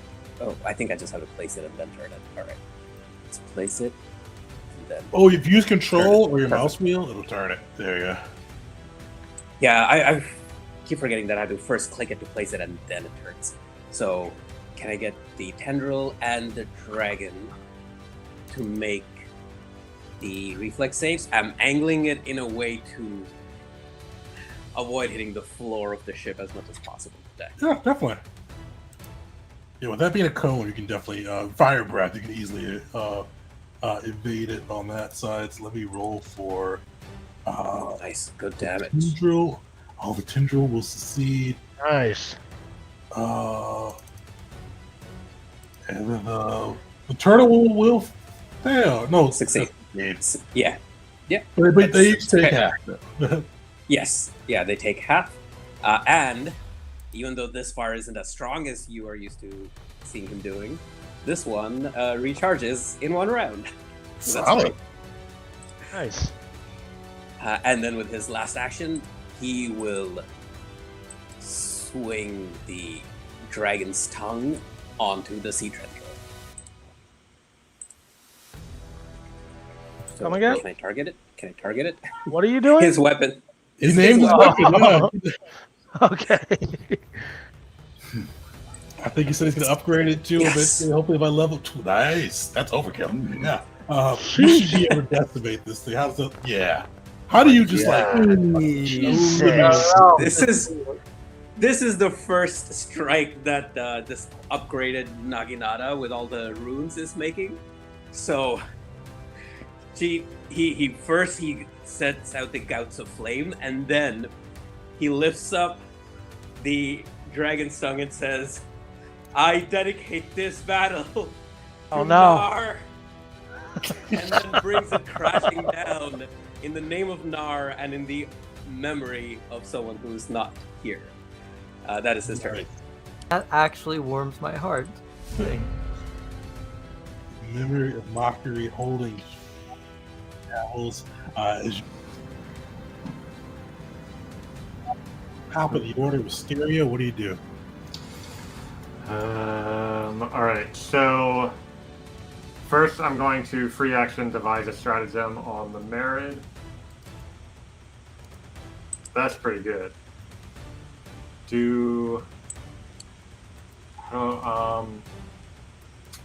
I need to get it off guard. I think my best way is with the party shot. So then, I'm not going to use my free action recall knowledge this turn. All right, here's what we're gonna do. I'm gonna spend an action to step, and then 2 actions to do another parting shot on the Merid, and that should put me out of reactive strike range. Perfect. And this will. Nice. Right. Oh, parting shot value.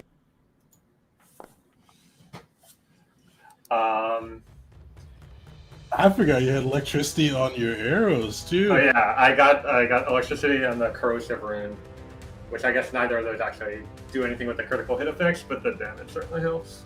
You see too, as that lightning hits him, he seems a little sensitive to it. Okay. It was on the first attack. I don't know if that's so much for damage I get in from the attack last round. But that should be my turn. Nice.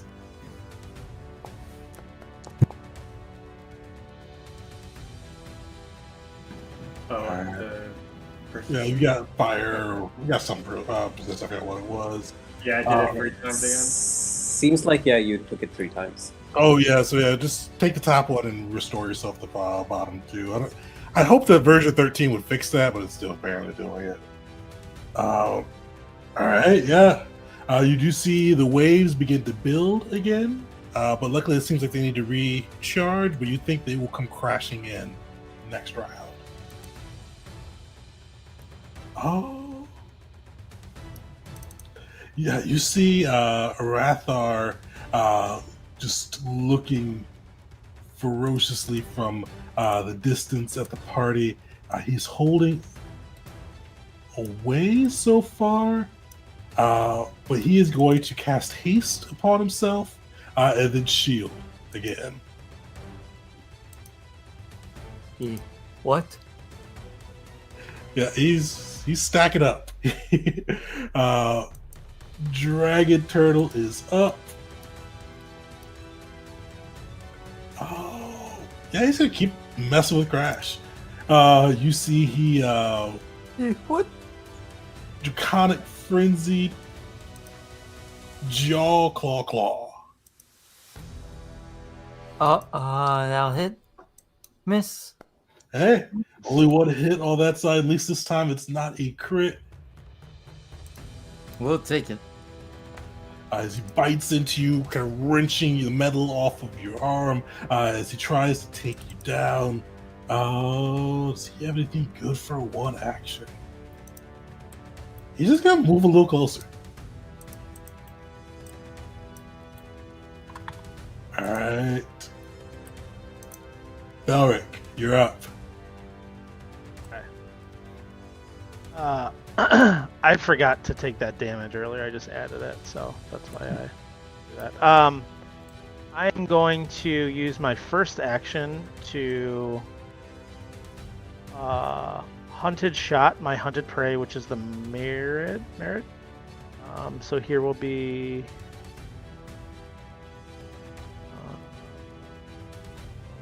targeted. Let's attack 1.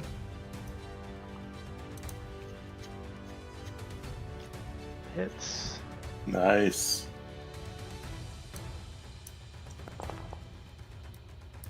And here will be attack 2. Which misses. My second action, I'm going to use one of my cantrips I haven't used before, which is Glass Shield. Okay. to just kind of protect myself up in this crow's nest, and then my third action, I'm going to have Red. He can go up to 60 feet. I don't know if Red can reach him, but the Merit is looking rough. That's good to know. Because he could fly over there.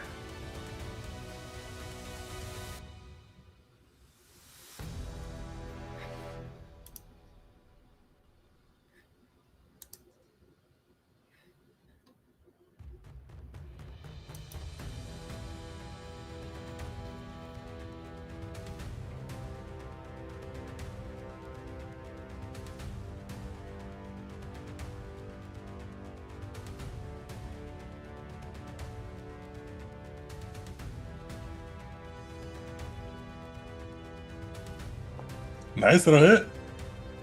Right? Solid. You guys are wearing the guy down. Alright. And that's my turn. Alright. The doldrums are up.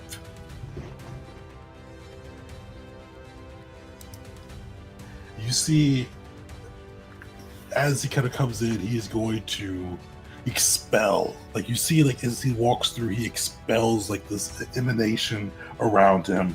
You see like these spores just kind of start pouring out of his body. So those within range on their turn will need to make that will save. Otherwise, he is going to start walloping Jeet again. So first one, I think that will miss. Oh, why did I post a picture? Oh, it will says hit. it hit. So it Yeah. hits, yes, yeah. The second one, as you see him lash out. Oh, I should have him grab. For 21 damage as he smacks into you with a tendril. Alright, the Marid is up. He is hurt. The spore thing, do we have to make it now? Oh, no, when your turn comes up. So I have to remember that. DC 27 will, once your turn comes up, you'll be fascinated. And that's pretty much the whole map. Yeah. Alright. That's a cool thing. Produces a field of hallucinogenic spores that causes those affected to see the monsters whatever they desire most. Yeah, this was one like I was kind of going through fighting water monsters, and that was one that like kind of stood out for me. That'd be a drug I would take. Barry like kills this guy like, how can we make drugs? Dang. He is going to use Rush of Water. We're just gonna have to hit it against Wisteria. Wisteria, give me a reflex saving throw.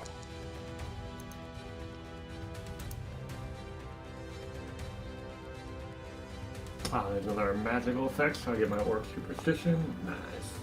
Nice. Nice. You see that water. He unleashes this torrent of water, almost trying to push you off the boat, but you are able to navigate it easily. But he is going to spend his last action to get a little bit closer to you. All right, Will, you're up. All right. So, first thing I'm gonna do is decide that actually Wisteria might be okay. So I'm gonna sustain the spell, Spiritual Guardian, to call Rashanael to me. And Will, give me a will save, surprising. Right. Yes, of course. Mine says you're prone, wounded, and off guard. Is that correct? No, I think you forgot to clear that from when he went down. Oh, yeah, my bad. Didn't even notice. And it does say the Mirage Spores have the incapacitation trait, so if the Doldrum's heat is below level 10, we get a level of success better, or degree of success better. Alright. Is a will save. Can I scroll back up to where the thing was? I'll Yeah, post it. it's still close enough. There we go. Critical success. Nice. Oh, it must be taking into account the incapacitation. It does. Yeah. Cool. All right. So Will like this is like, what? What is that? Anyway, he just he says in Celestial, Rashanael to me, and she's gonna teleport. She's actually moving, but she moves so quickly. She's like, it looks like she's teleporting. So I'm gonna move her over to protect me. That's my first action, and then my second action is I look over at Crash, who seems to be looking pretty rough. So I'm gonna cast a 2-action heal. Let's say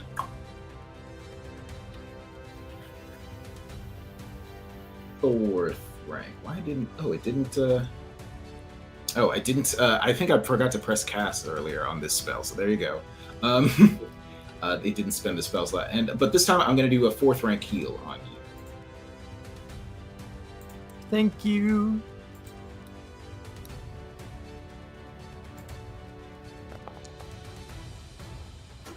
There you go. And this time, since Rashanael is like kind of here, it doesn't even seem to be coming from. She just like points her blade at you, and she says in Celestial, which I doubt you can understand. She says, "You must continue to fight," and that is going to be the end of my turn. Take the blood magic effect. Alright, Crash, you're up. Crash just kind of gives an awkward thumbs up, not knowing what the angel just said directly to him. He's gonna turn, see that this big dragon turtle has rocked up to him, and he's gonna get out of dodge. There are tentacles to slay, so he's going to be using a blast boot. So as we know, Crash, did you make the will save? Oh yeah. Thanks for reminding me. Yeah. All right, will save.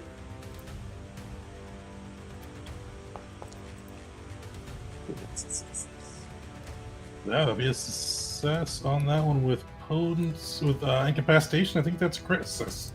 So you're good. Yeah. Yep. We are going to. Let's see here. Yep. We're going to jump a good long way away.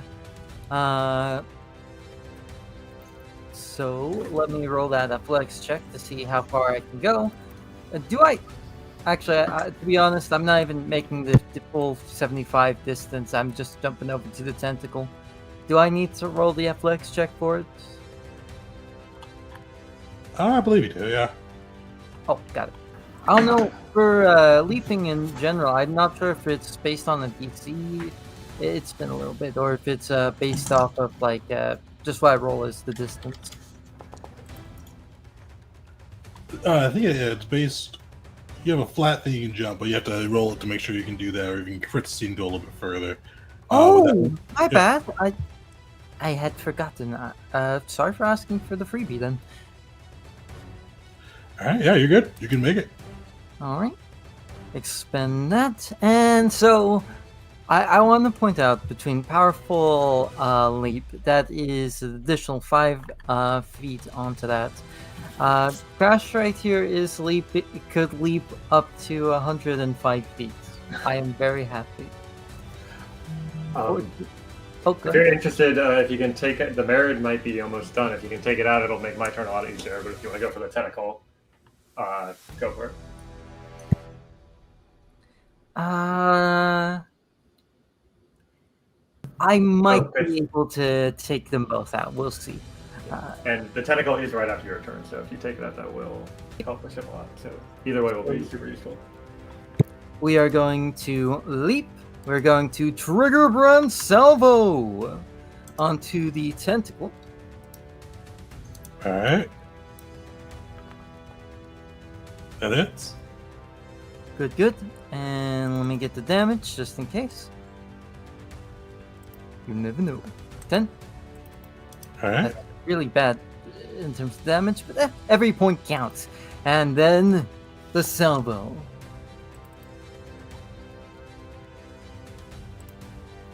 Perfect hit.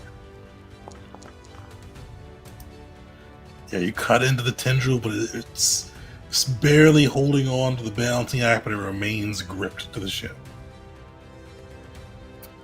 Shit. I could make a third attack.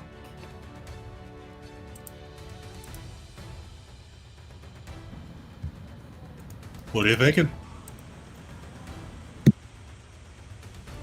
I'm thinking the third attack might be the way. I just need to figure, do I attack the tentacle or do I attack the Merid? I think you earlier hit a tentacle by rolling a 3 on the dice, so even with the -10, you might have a good chance to hit in the tentacle. The Merit Yeah. probably got a higher AC though, I'm not sure. You know what? I like that logic. Tentacle it is. So Crash does actually still have his other gun currently in his hand. I don't know why it says sling bullet. That was supposed to be. There we go. So for this one, unfortunately, he is wasting a life shot. It is not going to be activated. But a shot is a shot. And we're going to be taking it. And we hit. That'll hit. How's it looking? Take that tender down. Let's go. So Crash, he will.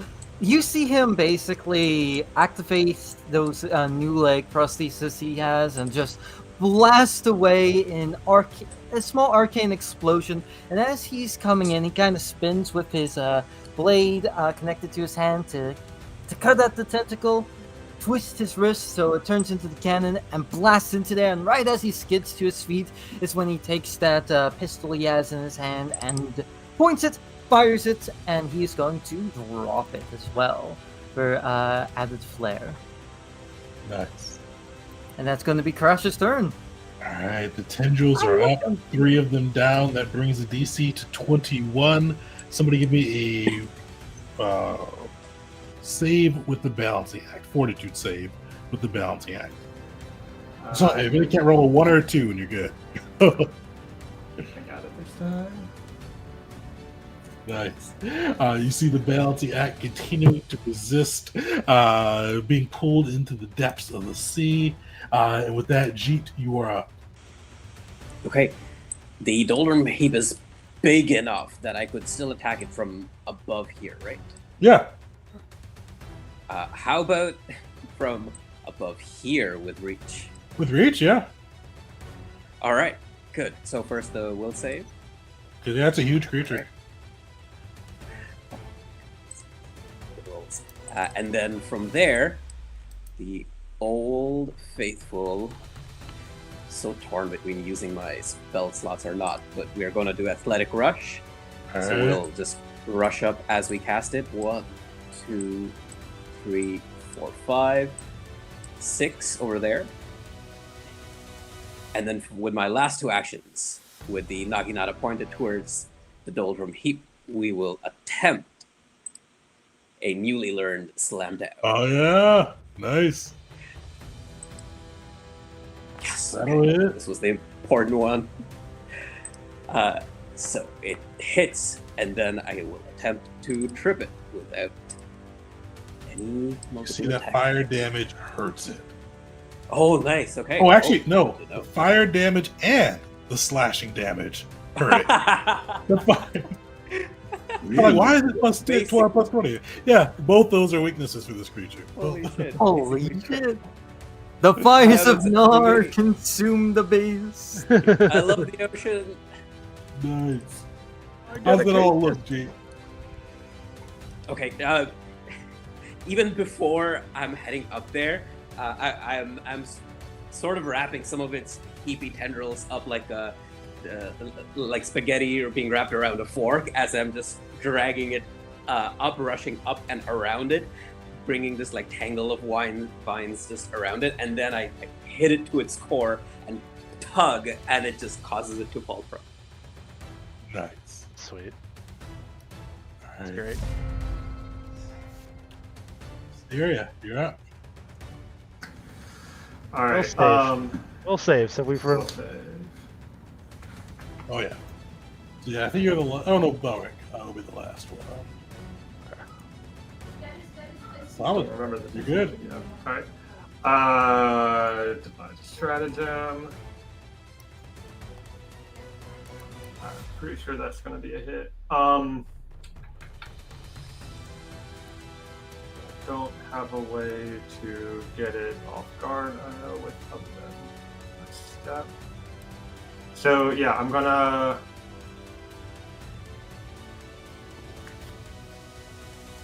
Let's see. I'm gonna do a parting shot. I'm still in his reach if he's able to hit me, and then take the shot. All right.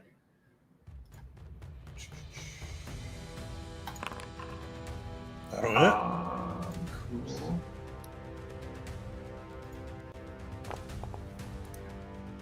Nice. Finish him. Nice. So, as Crash sweeps over the mare's kind of distracted and jabs up with the trident, but is too slow to catch Crash. And then, as soon as he looks back down, I fire a bolt through his eye, and the water dissipates. And then, for my last action.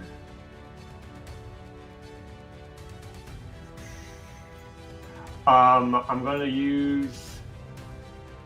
Can I just head down in kind of the middle, or do I need to? I think I still have enough speed if I go down where the stairs are. Yeah, you could jump down, or you have to run down. What is a circle aura that's in the middle? Is that the? Oh, that's the dragon turtle conjured a storm. So if anything flies in there, it's difficult terrain. Or if anybody gets in the water with it, with that thing on it, it's difficult terrain. Okay, thanks. Using my last action for a doctor's visitation to battle medicine on will. All right. I'm gonna go expert DC. Uh-oh. Critical success. Let's go. Nice. Holy. Beautiful. That is, each person gets one battle medicine a day, but once per hour I can override the immunity. So hopefully Will stays out of danger in the next couple of combats we have for the rest of Reclamation Day, but we'll see. That's my turn. All right, you see the waves begin to build, and they start to rush over once again, left to right, sweeping over the balancing act. Everybody give me a, what do I do? I think reflex for this one? Let me post it. No, fortitude. Fortitude saving throw, DC 27. Yikes. All right. Crit for Wisteria. Oh my god. Crit. Oh, Bellaric will fail. Crash succeeds. Red will fail. Those who succeed, you take half damage, 13. On a fail, you take the 26. You are also pushed 20 feet to the right. Oh, this is rough, I think. Yeah, this ain't great. Yeah, you are knocked out of the crow's nest, pushed 20 feet to the right. I think you're still on the deck, though, surprisingly. Oh, is that right? That is still a 20-foot drop in itself.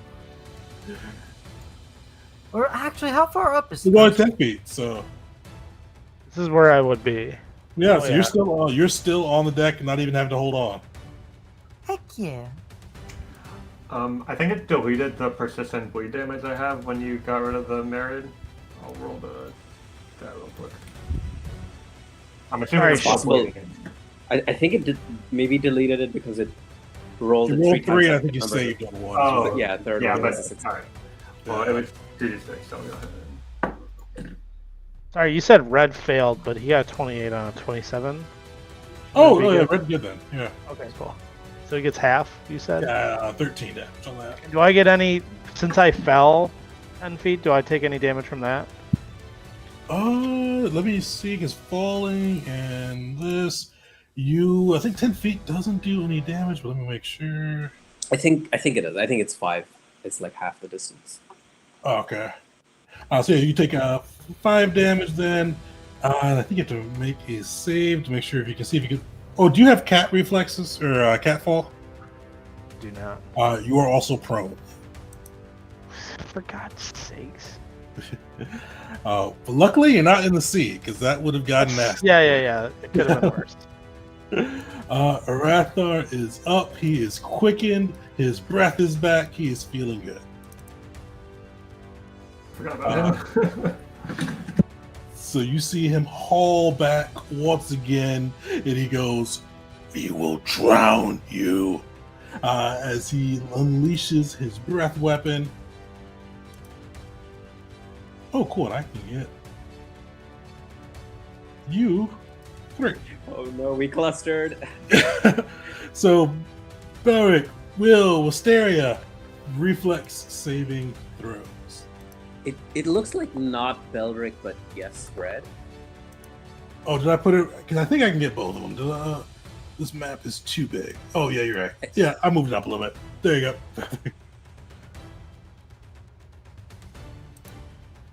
All right, so that's 17 from the bludgeoning. Wait, now it looks like Red's not in it. Maybe. Yeah, red's good. Yeah. Okay. 66 from the lightning. So 26 plus the 17, 33, 43 damage to anybody who fails it, half as much on a success. Wisteria crit succeeded, so you are good there. Did we get everybody in? Oh, yeah. Oh, you already reflexed. Unfortunately, you will fail that one, so you take that full damage.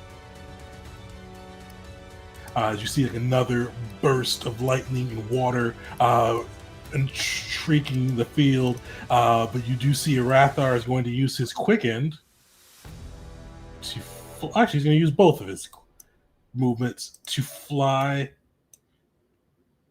onto the ship.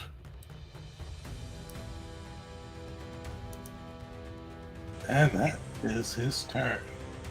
Is he within reach of me? He is within reach of you. All right. All right, the dragon turtle is up. This is going to be the same verse, same as the last. You see, as he kind of speaks to the water, you hear this grumbly voice call out in Draconic, "Drown them as the master says." He's going to use Tsunami.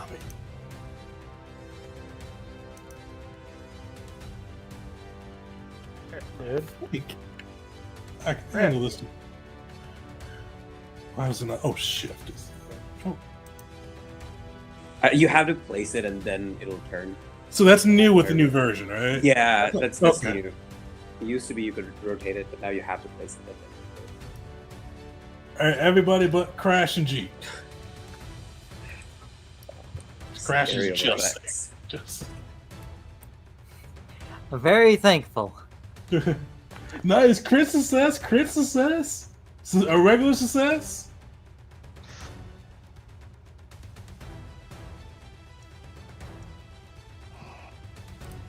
No way. Another crit. Solid. Is that everybody? That is everybody. Yeah, you guys like Beric Wisteria, you see this coming from a mile away. You fought a dragon turtle before you dodge out of the way. Even Red gets a heads up, and Will moves as quick as he can and gets out of the brunt of it, only taking 12 damage from the blast. 2 damage, because Rashanael is going to take 10 of it again. Nice. She is getting low, though. All right, that is. Oh no, he's got one action left. Oh, can he fit anywhere? He can. He's gonna get closer. Beric, you are up. You're prone. You are luckily still alive and not in the sea. What are you doing? Shit, I never used my glass shield, which I forgot about. I don't know what that would have done anything, but at I any think they're rate, too far for that one. For the yeah. you didn't get a melee or attack roll against you. Okay. I'm going to use my first action to get up. All right. I'm going to use my second action to put my. You know what? Doldrum's heat, man. I don't like it. I'm gonna hunted. spray him. All right. 'Cause I got some fire. And I am going to attack him. So first action is get up. Second action, hunted prey. Third action will be 2 shots. Perfect. Okay, shot 1. That'll hit. Oops, I don't think I targeted him. My bad. Oh, you did. Oh no, you targeted red. Sorry. Did that hit? That will still hit. Does it really bad AC? It's also off guard, maybe. Yeah, he's prone and with off guard too, but I just didn't hear this AC. But yeah, that'll definitely hit. And then here will be my second attack. Nice. Let's go. Got him. Wait, how is? Hold on for the crit piece because I'm not sure why he's at 14. Yeah, I was gonna say, how is that a crit? Yeah, that does seem. I don't think that's a crit. because he's prone, but he's like I thought he had higher AC. Let me pull up the real stat block and see if I messed something up somehow. But it will definitely hit. Oh no, their AC is shit. Okay, yeah, that is a crit. What? All right, Oh, Yeah. Got him. wow, nice. got him. Wonder if he's got a buttload of hit points or something. I think oozes have something like that where it's very low AC, but a lot of. Did I need to do? Oh, Sorry, do I need a will save there too? Oh so yeah, you do need a bring will up- save. Yeah. If it is an ooze, oozes are immune to crits. Yeah, this one is. Like, it took out some of that damage there. But it's not an ooze. Sweet, you're good on that side. Alright, The other and then- damage you're good. All right, and then I'm just gonna do one more thing and move. I think those are your 3 actions. I have a free action For for. red. Oh, Yeah. for red, yes. I'm just gonna move him. You know, he's got some flyby area. He's gonna like kind of notice this fog and just go around it. He's gonna like chill over here. All right. That'll be my turn. The doldrums heat, burning from persistent flames. On his feet, Ajit knocked him down. He's going to spend an action to get up. He's going to continue targeting Jeet. He's going to launch a tendril at you, hoping to grasp you up. That will hit. This time, he's going to remember that he has grab, and he's going to try to grab you with his last action. Where's grapple?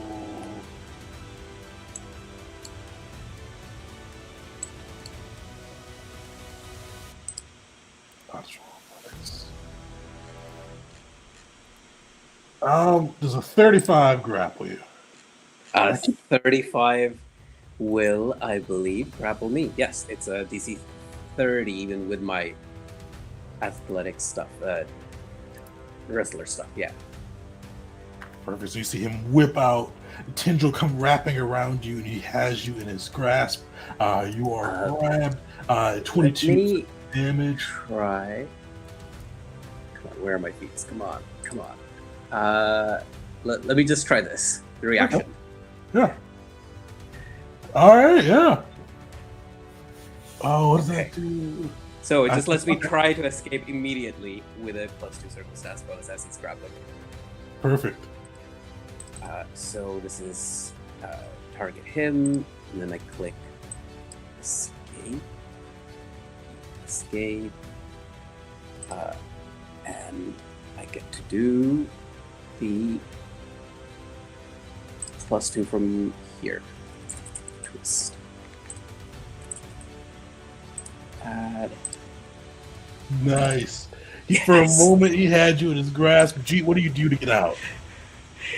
It's the wrestling move that he's practiced a bunch of times in the monastery, but never had to use it so far. So he looks like he's in a tight hold, but then he just literally just like continues rolling into it and twists around and gets out of it.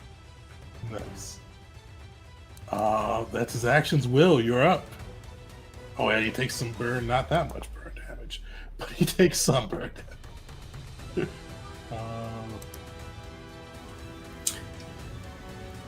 Will's gonna quickly just whisper over to Basteria, which one next? I'm gonna try to get you some frightened to make things a little easier on you. I think Belric and Jeet have the doldrums taken care of, so I was thinking about focusing on this dragon turtle that's right in our face.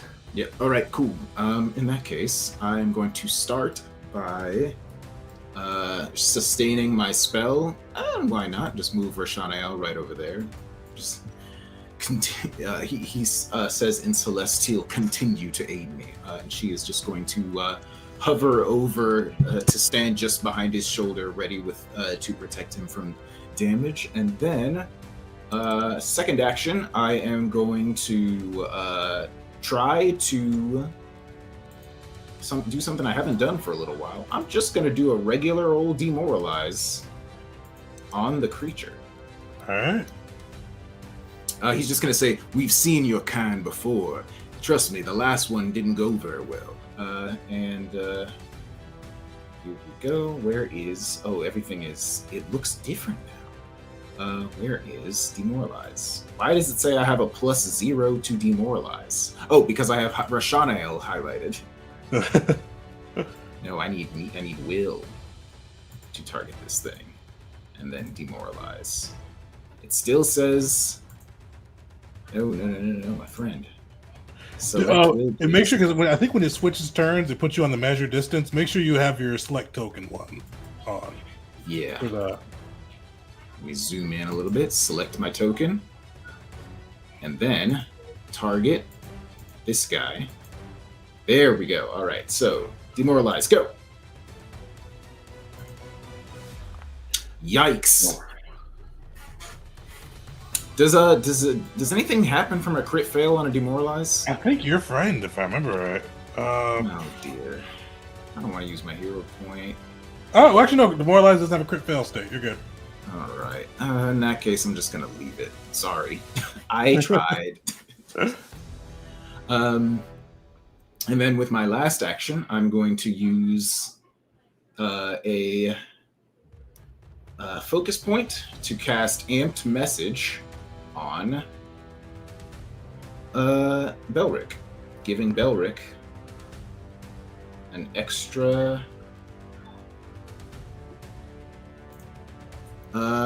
either stride, strike, shove, or trip. I would love to take another shot at the doldrums heap. Take a shot. It does consume a reaction. I don't know if that matters to you. I don't use reactions, so this is perfect. Hunted prey, regular shot. Let's go. Not a crit. Let's go. Let's go. Dude. Watch. That persistent fire right there, Connor. Nice. All right. I feel like Nice. that was an okay turn. That was That a is good going to turn, be my the friend. end. You only did 39 points of damage via Belric, by casting Belric. That's how I should say it from now on. I cast Belric. This is the commander dream. The commander dream right here. All right. Crash, you're up. All right. So remind me, how does one fire a siege weapon? You've got to spend an action to aim it. I think the ballista actually takes 2 actions to aim. Let me make sure. Yeah, ballista's 2 actions to aim, and then 1 action to shoot it, and then reloading it takes a total of 6 actions across multiple. Well, we know what Crash's turn is going to be 2 actions to aim. He's right on the ballista. 1 action fire. All right. Oh my gosh. What? Aim it to whom? And what do you we're do now? going into the dragon. The dragon. Okay. So Crash, turning back to the battlefield, just kind of swings around, grips the ballista, and kind of handles it a little bit more brutishly as he just creaks it around with strength you kind of expect from Jeet, and just gets it right in line with the dragon. Oh, where do I click to roll to hit with it? So you go to your vehicles, and then the balancing act. Thank you.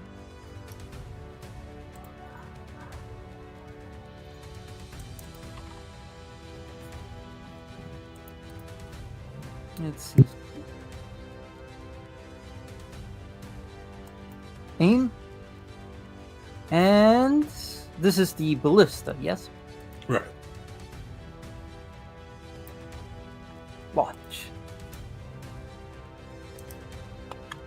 All right. Now you'll take half that damage.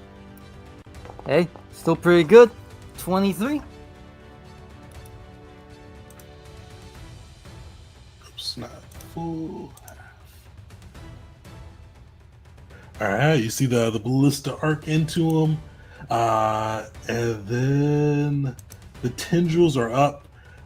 They're down 3 of their members. So that DC is now.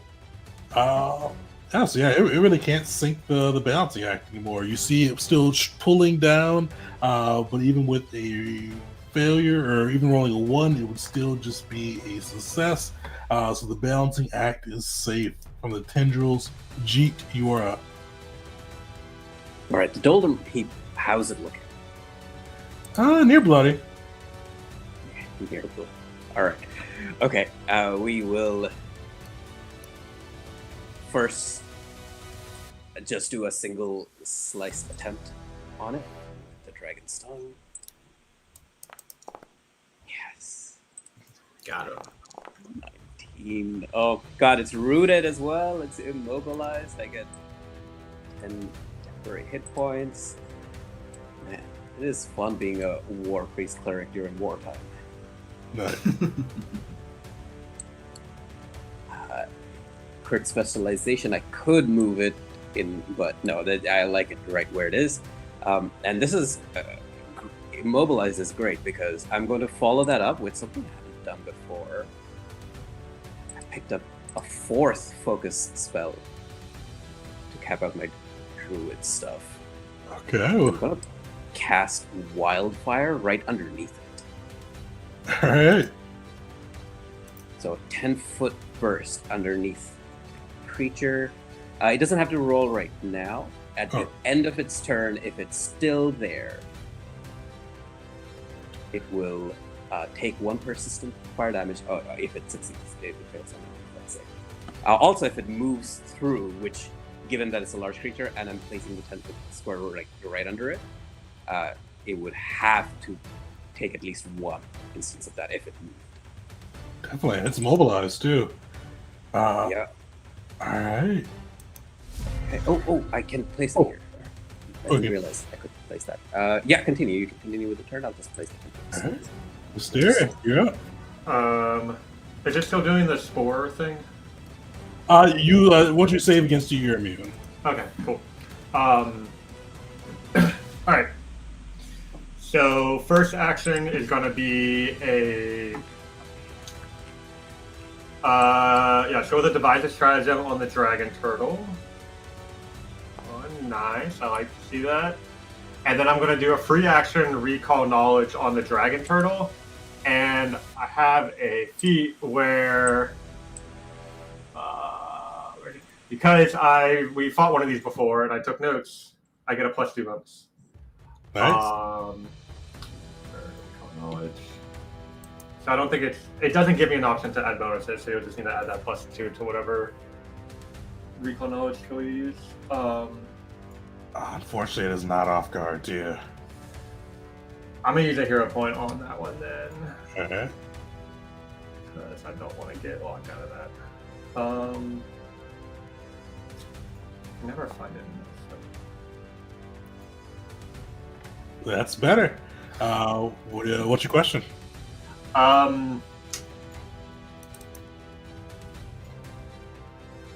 What does it have? Reactive strike? It does not. Okay.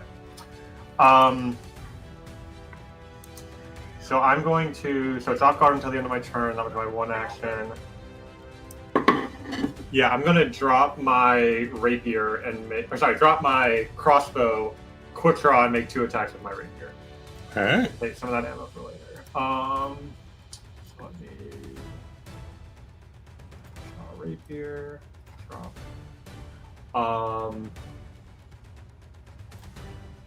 And we. Yeah, let's go with the 2 attacks. No, sorry. Actually, instead of 2 attacks, I'm going to do an Analyze Weakness as my second action. Third action will be the quick draw attack. All right, second add. That in. Nice. Yeah, this is what the Analyze Weakness is for. That hurt him. Dang.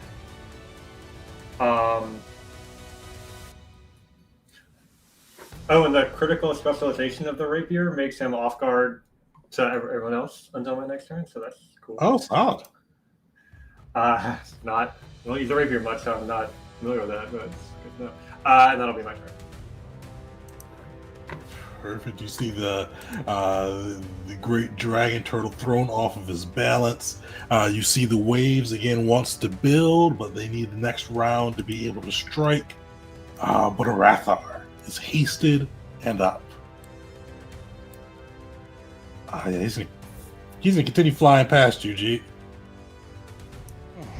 I had this one moment, like, of decision where the thought was ringing in my head that the only creature I haven't yet grappled is a dragon. I was like, I could turn to the dragon right now, but I'm choosing to do my duty.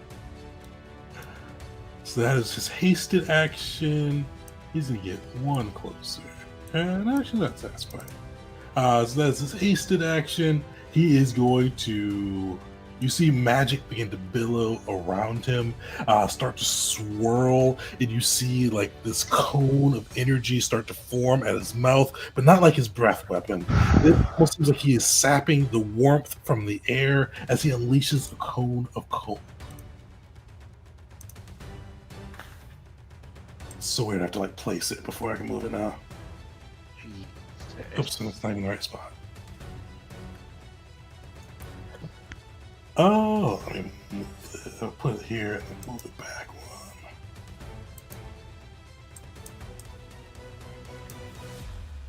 one. Alright.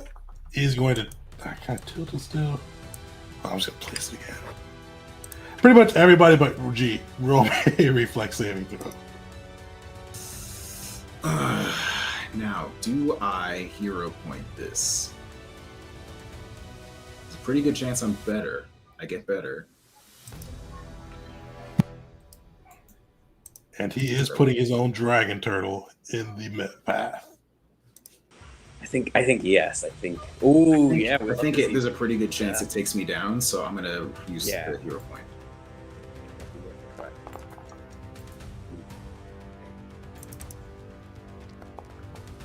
Well, there it is. The gavel special, we'll call it.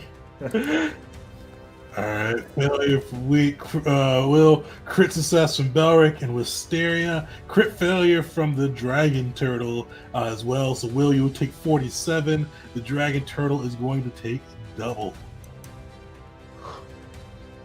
You see the dragon turtle looks hurt, and he goes, Arathar growls, "Get out of the way! They must die, especially the one that put the arrow through his eye." And with that, because that's 1 action haste, 2 action spells, he is going to run up on Belric. Do I take any damage on the crit success? No, crit success, you are good. So you see his jaws, though, are snapping out at you, Belric.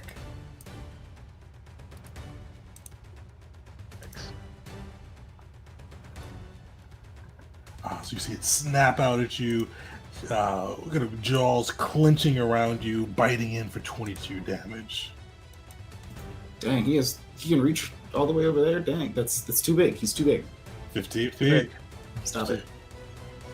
The dragon turtle is real hurt. The dragon turtle is going to, you see it snap. It's going to use Draconic Frenzy and snap at Wisteria. You see its jaws lash out, followed by They use claw. a nimble dodge on the first attack. Nice. Still gonna hit though.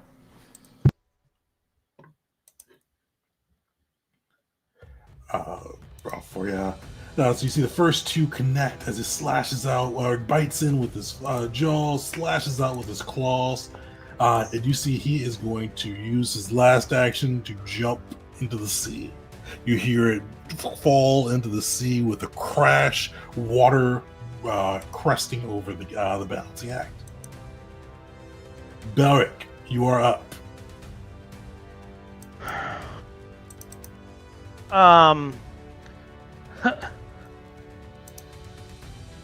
My hunted prey is the Doldrum's Heap, and this huge dragon just got in my way. So I'm assuming that my view is.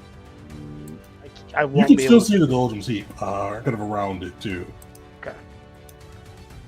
I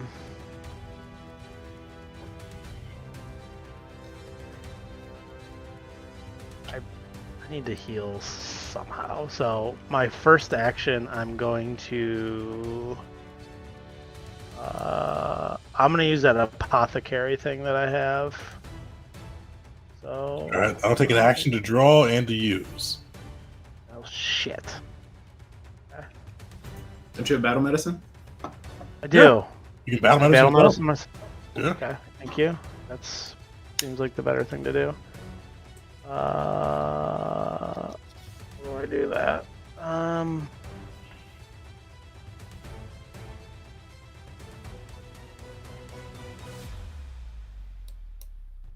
Sorry, I need to find where battle medicine is. Where is it on the character sheet? Oh, it's not on the thingy, but you can use treat wounds for it. It'd be like under the downtime. Like for me, it's like fourth up from the bottom. It's like far right side, fourth up. Solid. All right. So that'll be my first action. Will be healing myself. My second action, I am going to pump 2 shots into our boy. My first one, I'm actually gonna draw one of Nar's arrows. All right. Okay. Crit. Oh, I don't know if I had it targeted. Does that crit? Yeah, crits. Yeah, that's again has terrible AC.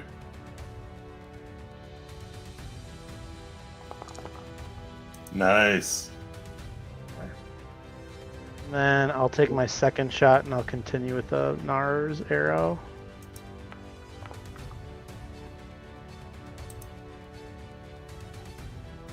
Hit. That hits. Okay. Now you see this thing is burning. It is barely up.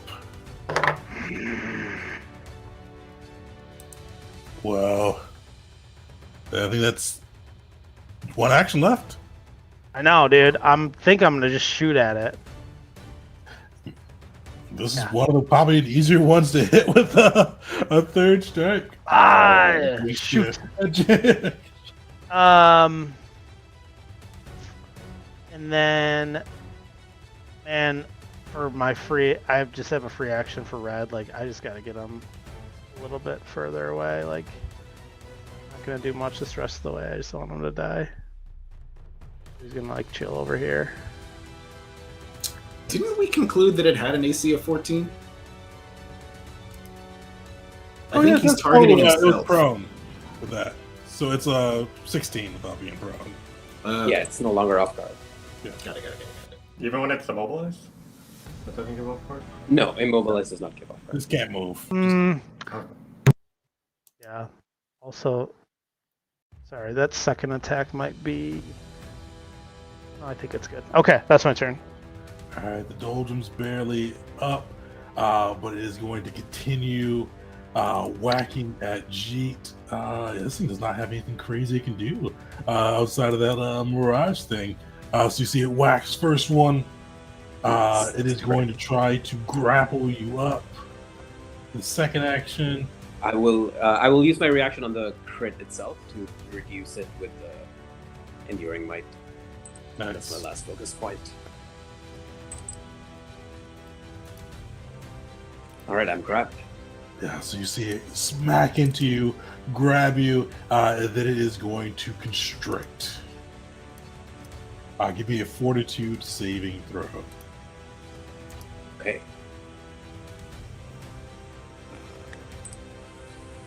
Solid.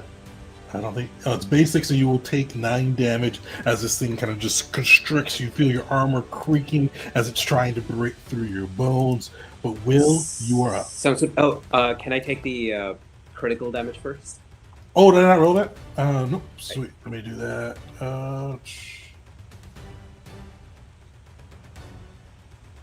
Where did I put that?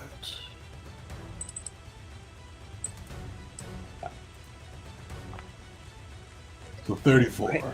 34. And then can I get a DC 27 reflex save from the creature for the wildfire? Oh, yeah.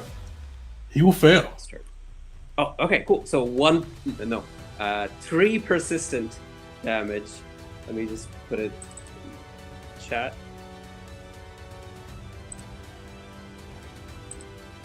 Cast it, but it's 3 persistent. Perfect. Another tick of the persistent damage.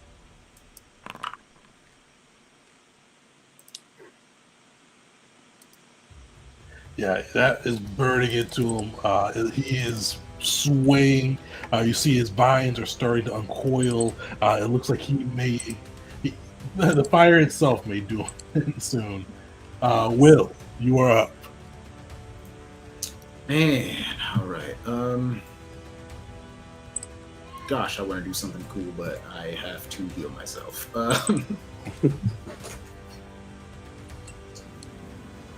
So I am going to cast 2 action heal at, let's do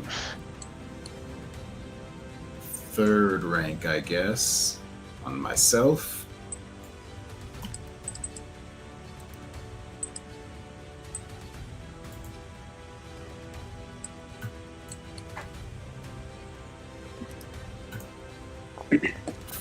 Great. Oh, and it is actually increased by a small amount because of my relic. How much is it again? I think it's 5. Solid. Nice. Yes, it is increased by 5, so I get 45.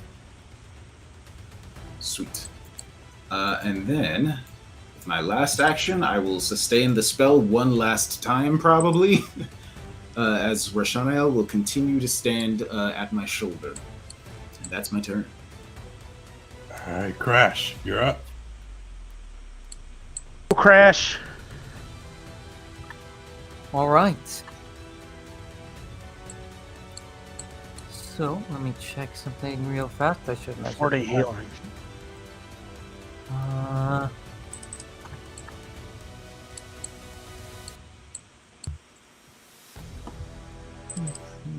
Versus. Well, your heals have been like top. Like, Yeah. both of your heals have been like Pretty good. near max. Like they're like top quartile. I'm a gamer. I do this. So, is it alright if I keep hunting after the dragon turtle? Of course. Go forth. It seems like he's With Stereo, let's say we need to focus at the immediate threats, and maybe we can deal with that later. Because the group in the center of the ship is not looking very healthy. Will's looking better now, but he's still yellow on his health bar. Hurting, bro. And Wisteria and Belric are rough. Well, what would Crash do, dude? Yeah, do what Crash should do. Do what Crash would do. So from here, I need to measure something out. That'd only be a -2. Got it. Yep. Crash. There's a dragon right there. Crash sees the dragon. He decides he's gonna kill a dragon. Or at least try and help. So he's gonna leap 30 feet thanks to the blast boots. As a single action. Next action, he is going to quick draw some smite, which is the bottle lightning, the grenades he uses. Okay. So that's going to be yeeted towards the dragon here. Unfortunately, it is a bit far away, so it will have that penalty. Oh wait, why does it say -4 for its penalty? I will point out it has been shooting lightning at us. I figure there's a pretty good chance it resists lightning damage. If I'm not mistaken, the lightning came from it trying to honor its fallen friend. True. But Which may or may not also be the source of its lightning resistance. We'll find out. the laugh Tegan just made. So long as it's not immune is the big thing. Now, why am I getting him? Oh, because the range isn't 30, it's 20. Oh, that's a little rougher. But I still have a very good chance to hit, all things considered. So I'll roll to hit with Bottled Lightning. Still deal splash. Yep. I am going to use a hero point for that, actually. Nice. Because there's a cool effect that goes off if I hit. Natural Yikes, 1, unfortunately. Luckily, though, we go with the higher. It's still splash damage. It's still one lightning. They resist. The big thing is if it actually hits with the grenade there, it would have been off guard. But that's fine. We're going to quick draw again. For a pistol this time. Or, you know what? We're going to quick draw with a Zale. And let me... Yeah.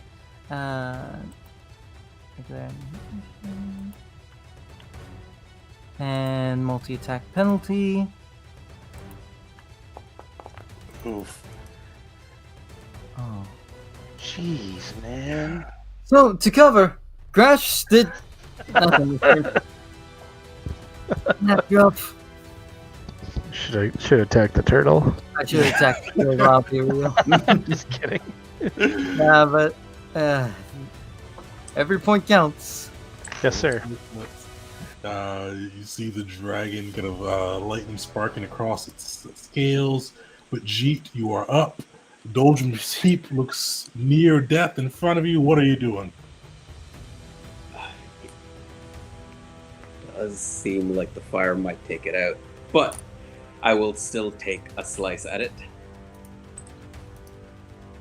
Jeet is playing with fire here because the wildfire mechanics are interesting. Like the only way to continue it is to sustain it, and every time I sustain it, it will grow, which is 2 hits. like, on the border of his anathema, basically.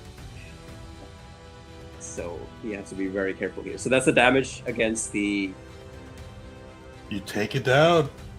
Nice. Oh, okay. How do you Okay. finish it? It's already looking so rough and burning. He just has to find the few vines and things that are just holding its form together, and then once he slices those, everything just falls apart. So now is the real question. Okay. I will sustain it. The wildfire?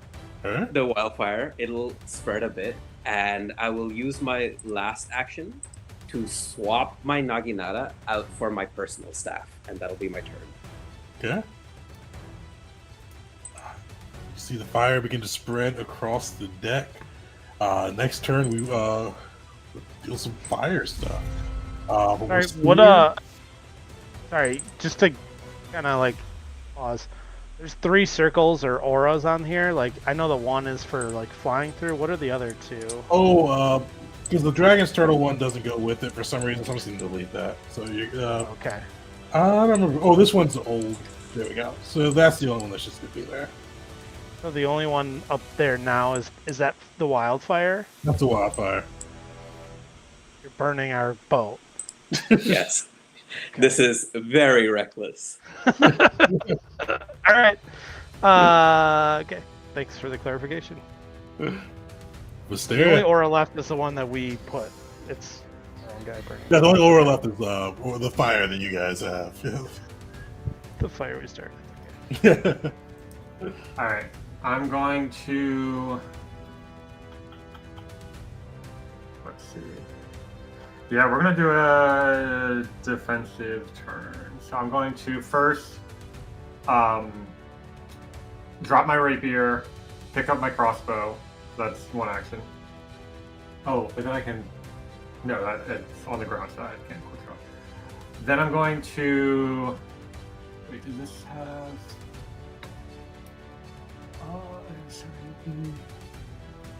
Okay, I was gonna do 2 doctor's visitations, but that has the 4 restraints, so I can't do that. So I'll do 1 doctor's visitation, move over and heal Belric. Thank you. We're gonna go for an expert DC. Oh my gosh, dude. That's so clutch.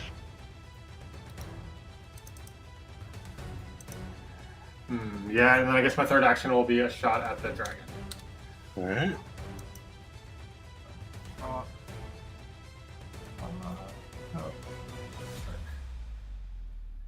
I needed that so. Okay. 30 doesn't hit. I have 2 hero points left. I'm gonna use one. All right. Use it. That'll hit. Nice. Oh, how is it off guard?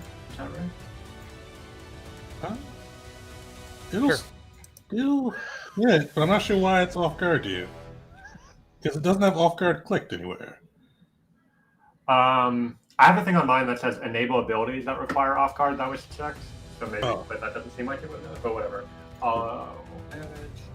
I don't get analyze weakness. Oh, actually, I'm sorry, that will miss by 1. Oh, the 32 misses. Yeah, I didn't realize they put the off guard into your 34. Oh, so, gotcha. Yeah. Okay. 2 misses, yikes. Yeah, that's all I got on about that. All right, well that's my turn. Alright, you see the seas churn once again. Everybody give me a fortitude saving throw as the waves crash once again left to right.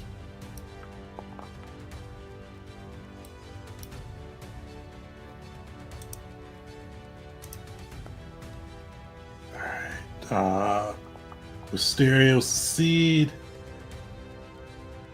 A cheat will fail. Belric will succeed. That half damage might put me down. Does Red need to do this? What if they're off the ship? Well, Ed's off the ship, so this only hits the ship. So Red is luckily safe.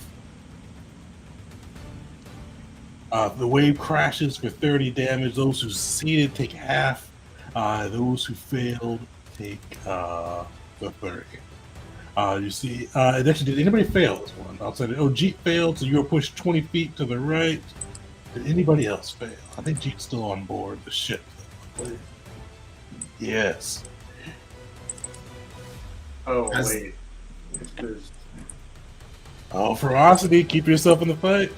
Yeah, I am at wounded 2 now, though. Oh, yeah. My wounded still goes up with that. As the wave crashes over Will, Rashanael throws herself in the way, and then as the wave disappears, she's just gone. She is Nice. no longer. But that is she has prevented 50 damage, so I can say that. Damn it, Andy. Yeah. Used the whole spell. Alright, Arathar is up. He is going to pick on Belric. You hear him growl at you. Put an arrow through his eye. You as an insect to him, and then you have the audacity to coat your ship. I will strangle you. And he is going to use Coiling Frenzy upon you. So he is going to make a tail strike and then a jaw. A claw strike. Rip, dude. Alright. Both hit, so he has you grabbed. Let's get that damage in. Oh, wait. Do the damage first and then go grab on.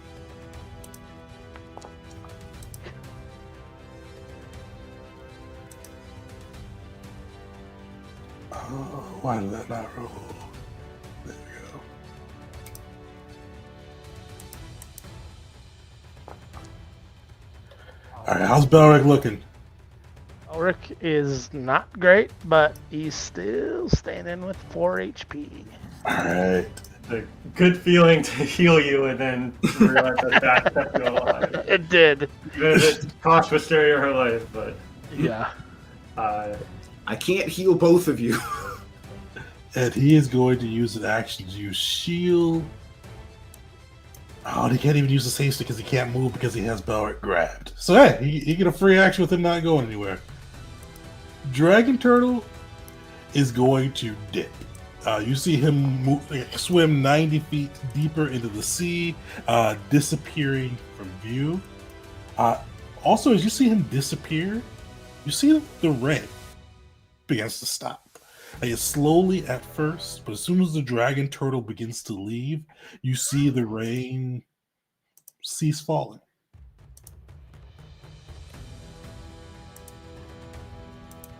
Dark, you are up. Am I grabbed? You are grabbed. So what that means with you with the bow is anytime you try to take a shot, you need to roll a straight d20 and beat a 5, I believe, for this one. I'm back. What did I miss? So the rain stopped, but yeah, so you're grabbed. You can try to escape it though. But what? What do I do to try to escape it? What do I have to roll? If you click in the thingy, there'll be an escape one. And if you click target the dragon, it'll roll it for you. Escape is under encounter. It's like for me, it's the second column through 4 down. Escape unarmed, -5, -10. Saying that. Saying that, boys. I can't escape. Do you have, What's that? make sure you have Belric selected too. Maybe I don't. Yeah, maybe I'm not. I'm the right guy. It's also worth knowing like what escape gets you. Like if you're okay just being in that spot, should be fine. Yeah, so if you don't want to escape, you can just roll that d20 and just kind of keep making shots as long as you get above a 5 or above. Because the escape will increase your multi-attack penalty too. All right, it's a 70. I got a 75% chance. All right. All right, so I'm just gonna. Go ahead. So there's I no would use DC any 5 recommendation. check. There's no DC 5 check on attacks. It's only on manipulate actions. Well, crap. Oh, the bow doesn't bow have manipulate though? I don't think strikes do. I think they're just a separate thing, like ranged attacks. Like reactive strike, it says specifically like ranged attacks, manipulate actions, all of it. Oh, okay. So could I try to get ungrabbed? And if I don't, I can shoot arrows twice. You Alright. take a multi-attack penalty. We'll take the multi-attack penalty, but yeah, it sounds like manipulate doesn't have that, so you should be good then. To just you just Try and get you're ungrabbed okay being free? grabbed to just take the damage or to just attack. Am I getting consistent damage while I'm grabbed? Yes. Okay, I need to not be grabbed because I have 4 HP, so I need to prioritize being not grabbed. Also that, yes. Yeah. Okay. Yeah. So, sorry. Go ahead. Oh no, go. That's it. I need to get out of this. Get me out of here. That was my escape. Versus. Oh, where's his athletics? Oh, unfortunately, he still has you. And then. Can I keep trying to get ungrabbed? Like keep. You can, but it's gonna keep. It's your multi. It's gonna be like 5-5. It's like you're saying multi-attack penalty on that side. So that depends on where you want to go with it. Hey. All right. So this is what I'm gonna do. I'm going to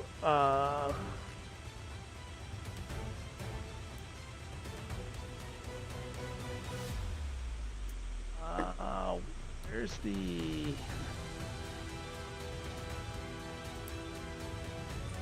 all right, I'm doing this very specifically to somebody near a ballista or the dragon.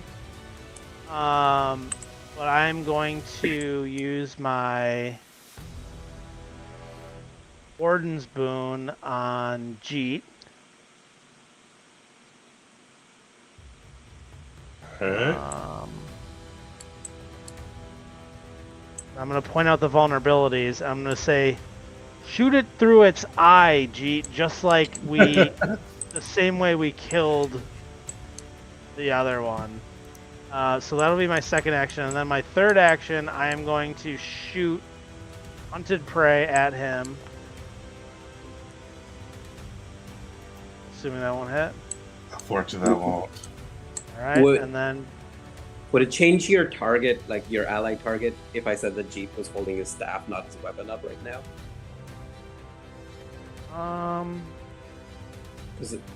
Yeah, he wouldn't be able to use it. Wisteria, I think, has her bow back, though. Well, yeah, but I have one shot left in it. Oh.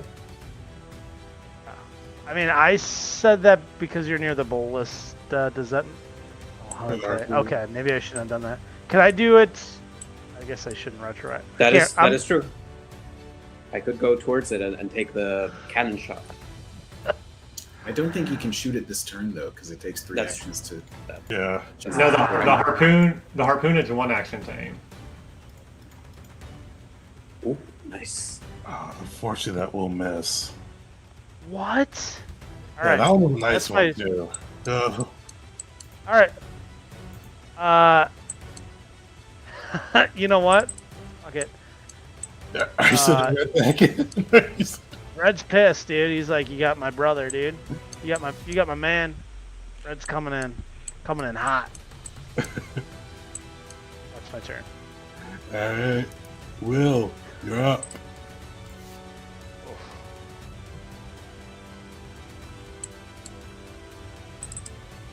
Don't worry about me.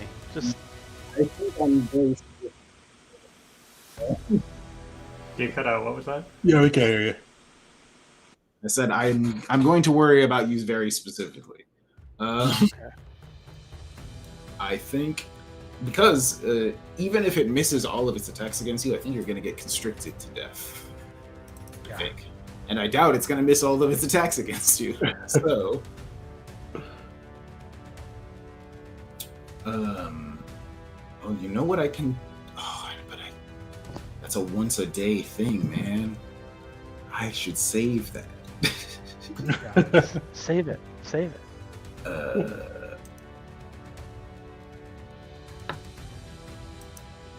Yeah, I gotta save it. I'm just going to cast a 2-action heal on you. 3rd rank.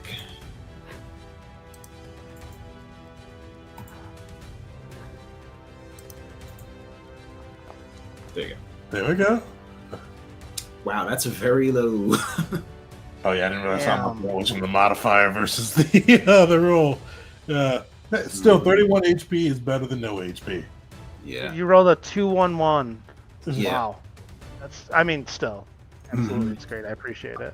And then let me myself my angelic blood magic effect because I have a feeling saving throws are in my future.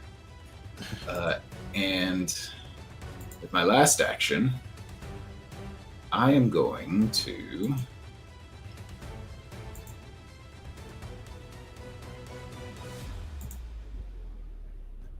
you know what? I'm gonna use amped message on Wisteria You have the opportunity, if you would like, to retreat or shoot him. I will leave the decision of which one to actually do up to you. I'm gonna take a shot. Take a shot. Shoot on my turn.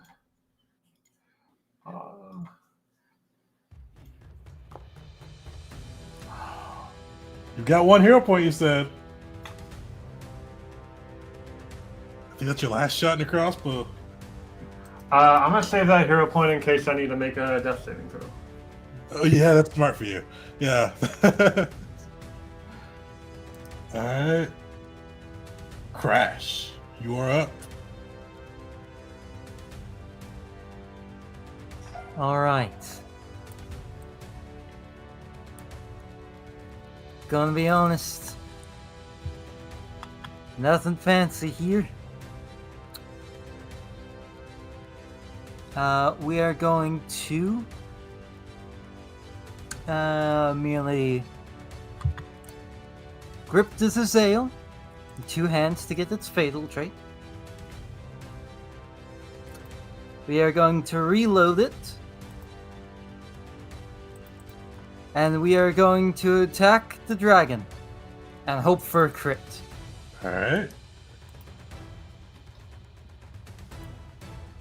Nice. And a true crit. All right, you know, yeah, oh yeah. When you ask, sometimes you can receive. Hell, Ask and of and you course, shall fatal D12. Nice. So these turn do some pretty chunky damage. Let's go. Solid. You hear it howl out in pain, and it's not very near bloody. Bloody. Ooh, it has to make a save too. What was your saying? Oh yeah, or stun. Thank you. I always forget. I have the critical specialization. And that's like part of my whole thing. Is it okay, so it's saving, okay. Yeah, unfortunately Now it was it's just to save would see. suck. And it saves, so that's actually Crash. Alright, G, you are up. All of these fancy ideas, but I don't think we're going to be able to do much. I will think with the wave coming, I think I have to first heal myself, make sure I don't. I think it's every odd round for the wave. It is every other round, and I think it went off this round, right? Yeah, it went off this round, yeah. Okay, yes. Okay, cool. Oh, hey, shouldn't it have been in the fire on its turn? It's kind of flying. It's not. It. Yeah. It is. If it's on the ground, then it's touching the fire. Oh yeah, so So what's that, 3 points? 27. What is it? Yeah, reflex save DC 27 for 3 points of persistence. Yeah, no, that's not happening. Okay, cool. All right. So, I thought this would be cool, but it's no longer cool. Now it's like death. So, I will go ahead with it. No, I won't. It's right there. I will 2-action heal myself Okay. and rush up towards the creature, and that'll be my turn. Alright. Nice.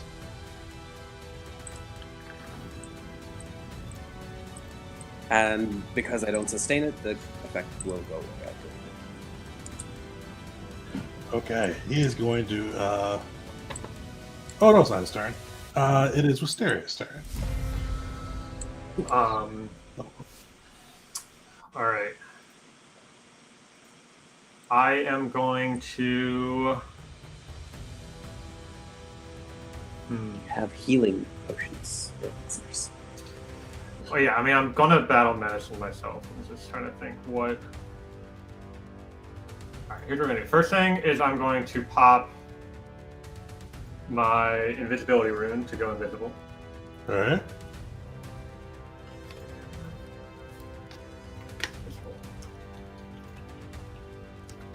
and then I will.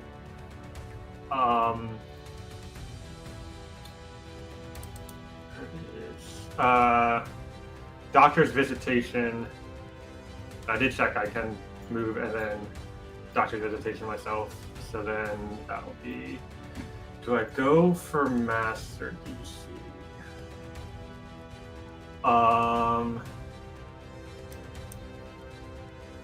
No, I don't think so. I think it's more important on this level.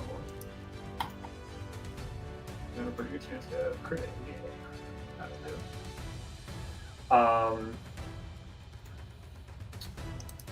Alright, so that helps.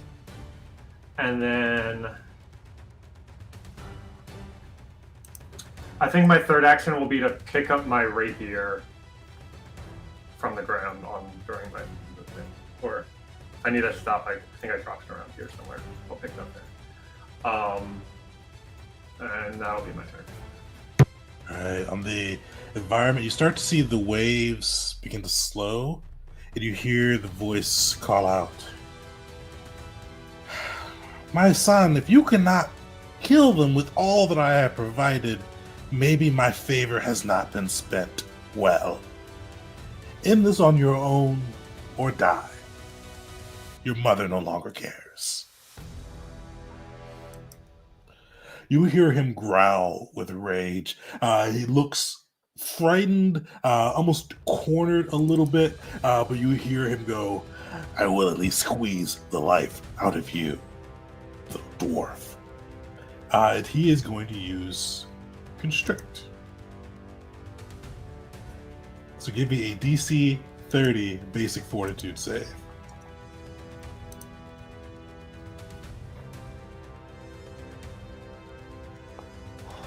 Oof. You will take that full 14 damage. And he is going to use his 2 actions to cast Crashing Wave. So you see him slap his tail on the deck. You see magic form from his fins, and this wave of water come crashing down.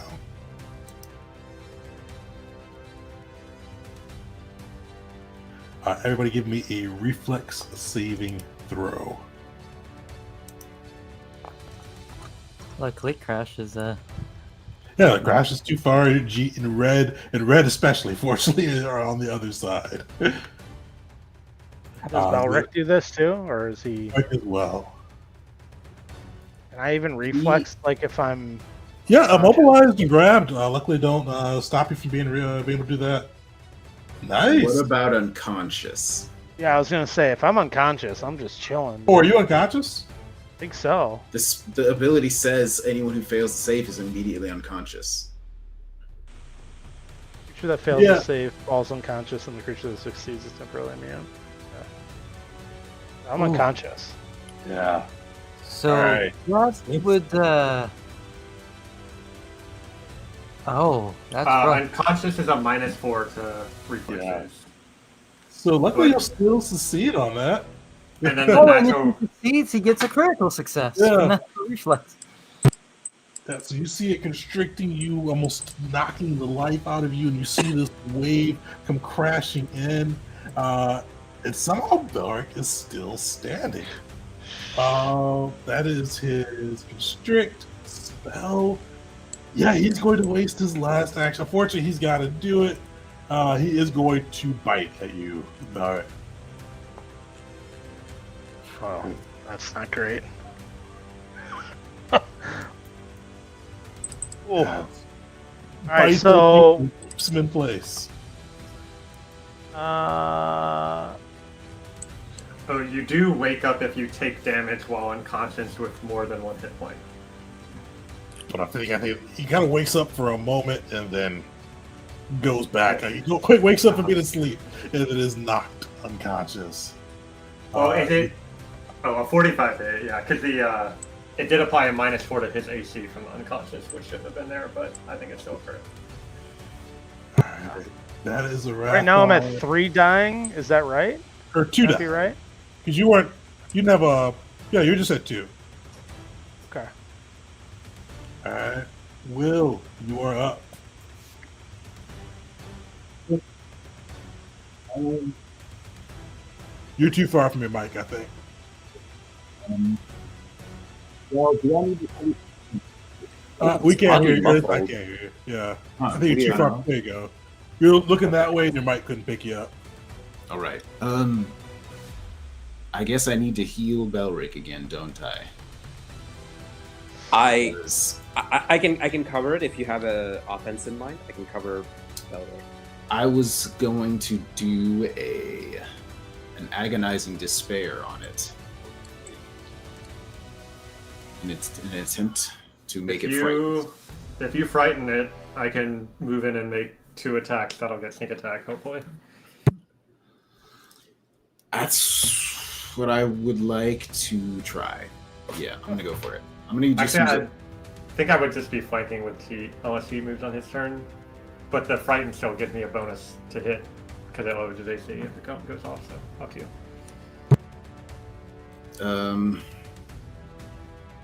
Yeah, I'm like, if we just, yeah, I'm gonna do it. So get despaired. The creature is going to hear in its head, "You have been abandoned by your goddess. This is your final chance to relent." And casting this dang spell. I haven't cast this one in a while. So why did it roll with Will? What did it roll on that die?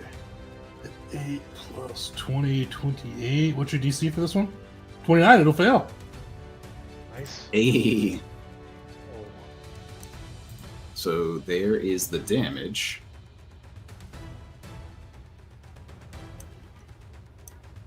Sorry, I was looking at my screen for a second. It was showing me confusing things, but no, this is good. Why does it keep doing it to Will? There we go.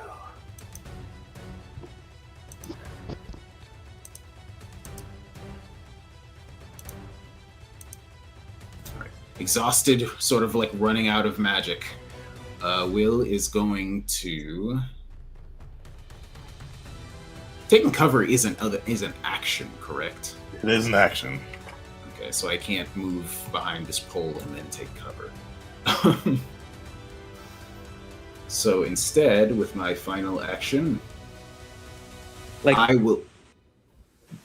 Did you have a suggestion? I'll talk about it later. No. Okay. Go ahead. I'm gonna cast Guidance. Unfortunately, I don't think I can do it on Wisteria because I can't see Wisteria. Oh, yeah. So Guidance is going on Crash. Yippee! And Crash, you are up. All right.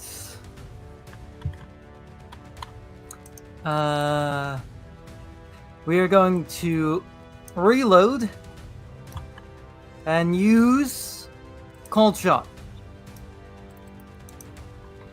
Ooh, nice. And we're going What to are go you calling? Petrified or enfeebled. I will say stupefied is probably better because Frightened 2 is already enfeebling it right now, in a sense. I see. In that case, stupefied it is.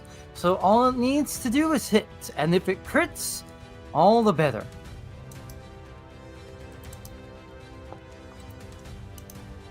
Nice, that'll hit. I don't know if it's 37 with the guidance will crit or not, but probably not. Just 27. Right, wasn't on that. Damage. I need to mention this. Usually I don't learn about like damage rolls or any of that at all. I'm truly of the opinion every point matters. But Crash has been very consistent in the fact that high rolls to hit, low damage roll. This is combat, yeah. Yeah, that's a 1, 2, 3. No, actually, you know what? Fair enough. There have been other combats where he's popped off. So. Alright, is that all three? That is actually, yeah, all three. That's a reload and Cold Shot is 2 actions. He is now stupefied 2. Nice. G, you're up. Done nicely. The thing about us gnats is we like to work together. And I will cast the 2-action heal on Belric. If you want to take one of us down, you have to take all of us down. But we only have to take you down, and one hand freeing from the staff, he lunges to try and grab Irithar. Alright. Oh my god. Grab Big- that big dragon. It's not a big talk. Nice. Got him. What? Yes, they're restrained. Ew, it's so bad for it. It is now restrained. Those are my 3 actions.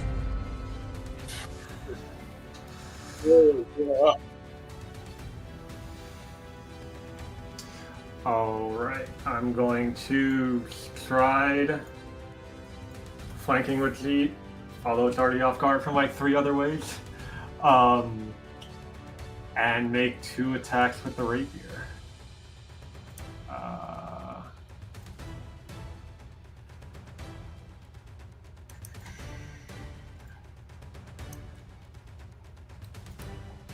Hey!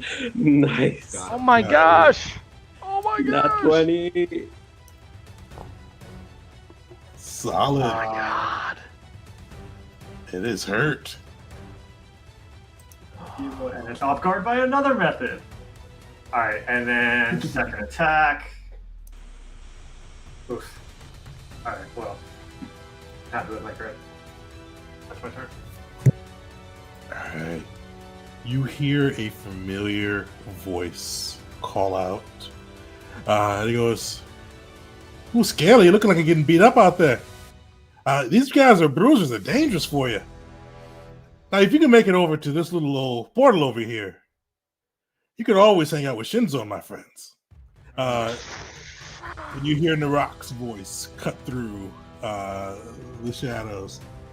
But Belric, oh yeah, because you got knocked out by him, you are up. Could you put him down before he can flee, or before he can potentially escape Jeet's grasp and flee? Are you telling me there's a possibility this dragon escapes and becomes a shadow dragon? Potentially. I mean, right now, Jeet's got him locked down pretty well. So I'm grabbed and wounded too. Can I still just fight as usual now that I'm healed? You can. You are prone though, but with grabbed, you can't stand up. So you can still. You got that -2 penalty, but you can still fight as you. Or you have to pick up your bow too, but you can still fight as usual. So I could use an action to pick up my bow, and then I could use second action to shoot. Yeah, because 100 shot still works. Because you still it's still your prey even with you being knocked unconscious. Okay, so the free action for red is going to be a support benefit. Alright. Okay. My second action, or I'm sorry, my first action then will be to pick up the bow. And then my second action is going to be to target this piece of shit dragon. I'm gonna aim right for his eyes. Eye. And I am going to take 2 shots at him. Here's the first.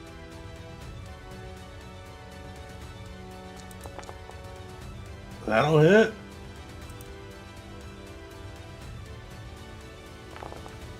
Okay. Here's the second. Certainly not hit. And then for my third action, I can't try to escape the grab. Is that what all my MIPs would be there? Or? Oh, you could, but it's just gonna be -10. Okay. So I think I've learned my lesson, and when I tell somebody when I use my Warden's Boon, I should probably use it on someone with range. So, does Wisteria have a crossbow loaded? Just right here. Okay. So I'll yell over to Crash for his next turn. Shoot for the eyeballs. These dragons are weak there. That'll be my Warden's Boon. That'll be my turn. Alright, he is hurt. He is going to try to use this hasted action to try to escape Jeet, who is now grappled a dragon turtle, a rock, and now a dragon itself. As he is holding on with dear life. So let's see. That's from the base spell, right? That doesn't. You can only use strike or stride actions, so you'd have to use one of his regular actions for the escape, because that's a different action, if I'm reading it right. Yeah. So he can use a regular action, not a hasted action. Tegan did let me try to use it to escape once for that fight in front of the bank. So maybe he gets one for free. Okay. Either way, unfortunately, he will break free. As he escapes, you see him flex his scales, escaping the kind of the grasp there. What is he gonna do? I feel like he should use that as he leaves, but that's dangerous. Actually, he's gonna fly. You see, he is using 3 of his actions to move 150 feet towards the portal.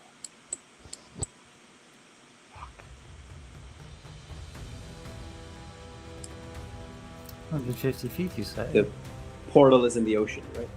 Yeah, if you guys scroll to the far left side of your screen, you should see like a little dark, tingerly portal.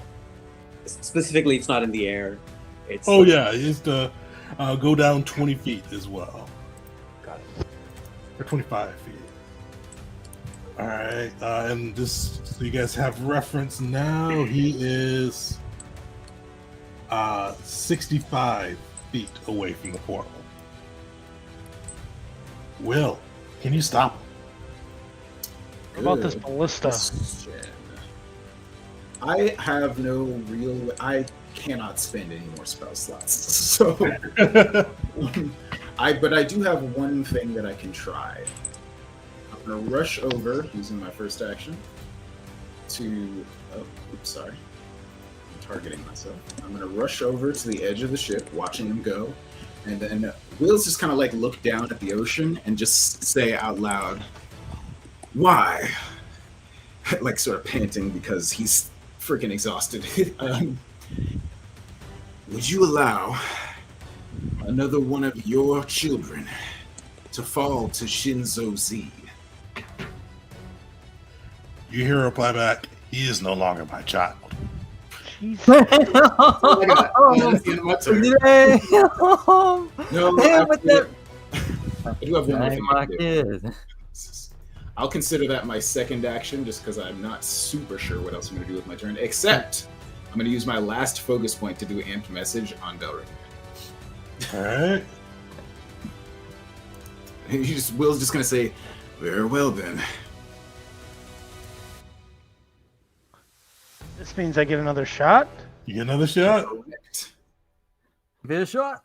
Make sure to target him though, because I think it'll. Oh, your range is probably good, but still target him just to make sure. Well, yep.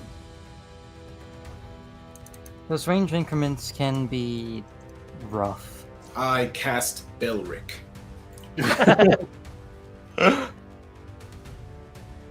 Alright. Targeted.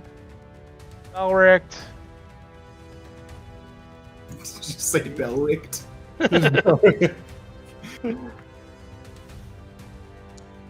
Oh, Dang, man. you see the arrow fly past him, crash. Okay, I'm very conflicted right now. Because Crash would very much not want this thing to go to Shinzo. He wants this thing dead. He's actually never met Narok. So, all he knows, okay, a sinister but boisterous and joyous voice, a shadow portal, can't be too good. But at the same time, later down the line, I want to fight the Shadow Dragon. That'd be fun, especially because like this one in particular, he's adding up the buffs over time, the water, the lightning, the dark depths of the deep. That'd be cool, but gotta play to the character, and the character wants this guy dead. So one action, reload. Next action, automaton, aim in order to ignore the first penalty of range increment.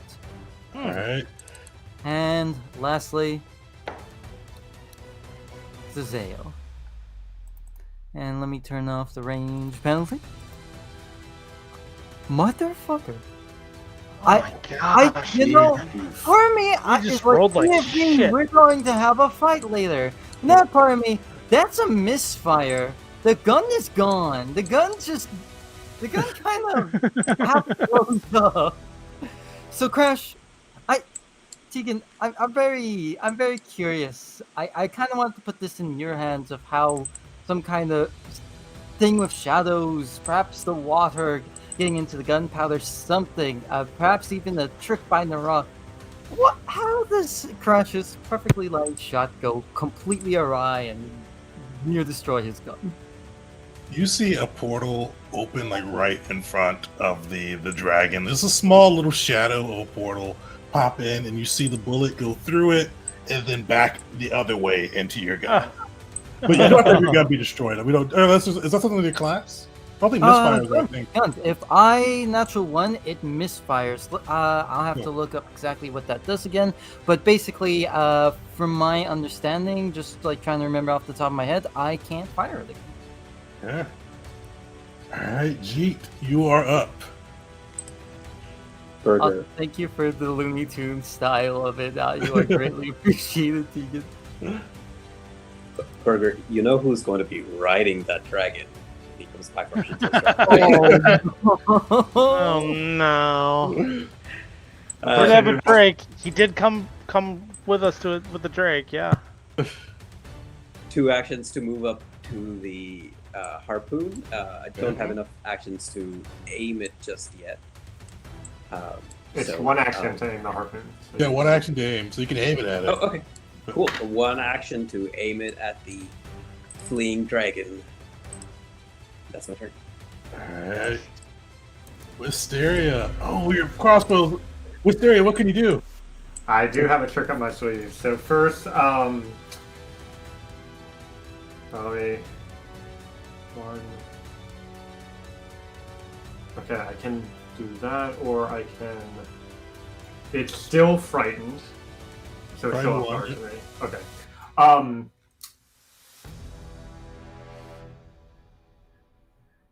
right. I am going to drop my rapier and quick draw the hand crossbow that we got for the flying mission. Alright. Oh wait, that's 60 feet. Can I? Do I have? Can you get to that ballista? It's shot. It would take you The 6 ballista. actions to reload. Or I'm No. sorry, wherever Jeet is. What's Jeet on? Harpoon. That's what we need to get to. DC. The reflex save is still pretty low. I think it's not gonna have a chance of doing full damage.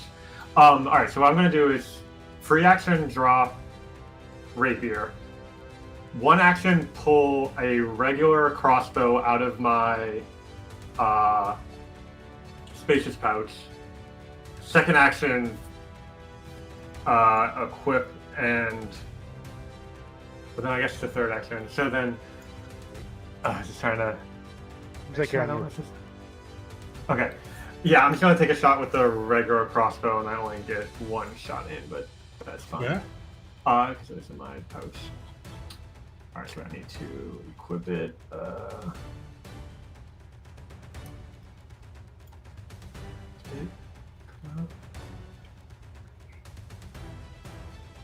where did it go? Sorry. Okay. And then Prone, man. shot. Oh, I'm yes. gonna use that hero point. Oh, yeah, you Go saved 1, yeah. That'll hit. That's a hit. I get sneak attack because it's frightened still. Perfect. Um, Alright.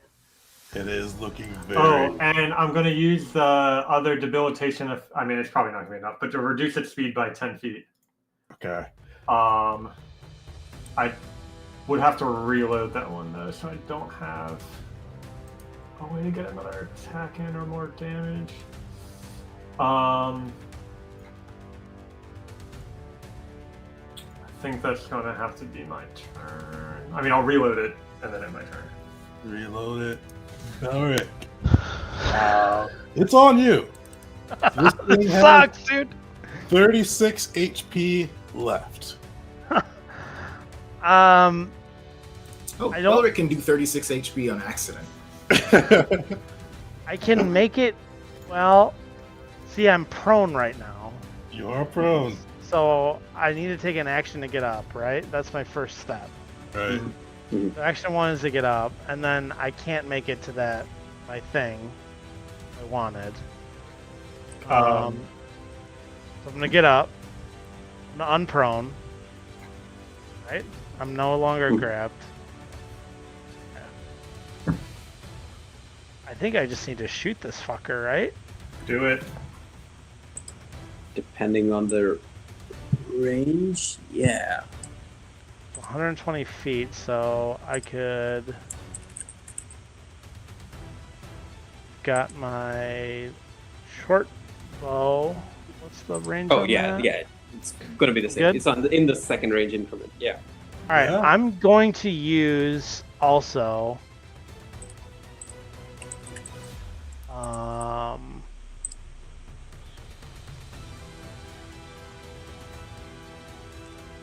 I'm gonna Okay. use this stuff. Want this thing dead. I want our galleon to be painted with its fucking This one doesn't scales. do damage, it looks like. You want to put one of your, use an arrow with one of your coded Oh, damage. I had Shadow Essence, and I couldn't find that in the compendium, so I'll just use my Wyvern. Okay. Let me post that real quick. Sorry. Of course. Alright, I guess it would difficult to, no, probably wouldn't still be the best because he has a ton of movement. I'll use that. Yeah. All right. So step one. Alright. You got a shot, so you stood up. How much damage do I have to do? 34. You got this. So nervous. I feel like there's. All right. Shot one.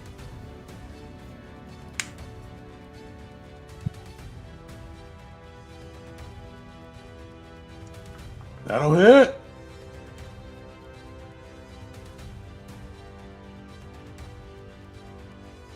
Give us some damage.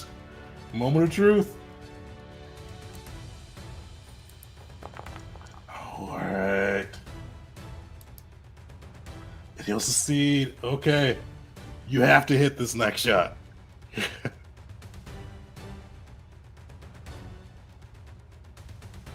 Because he has 13 HP.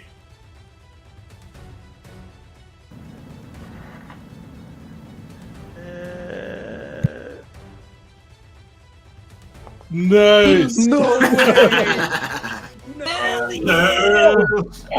It's No way. the closer closes once again. Give us some damage just for fun. Alright. How do you put this dragon down as he is racing to the portal?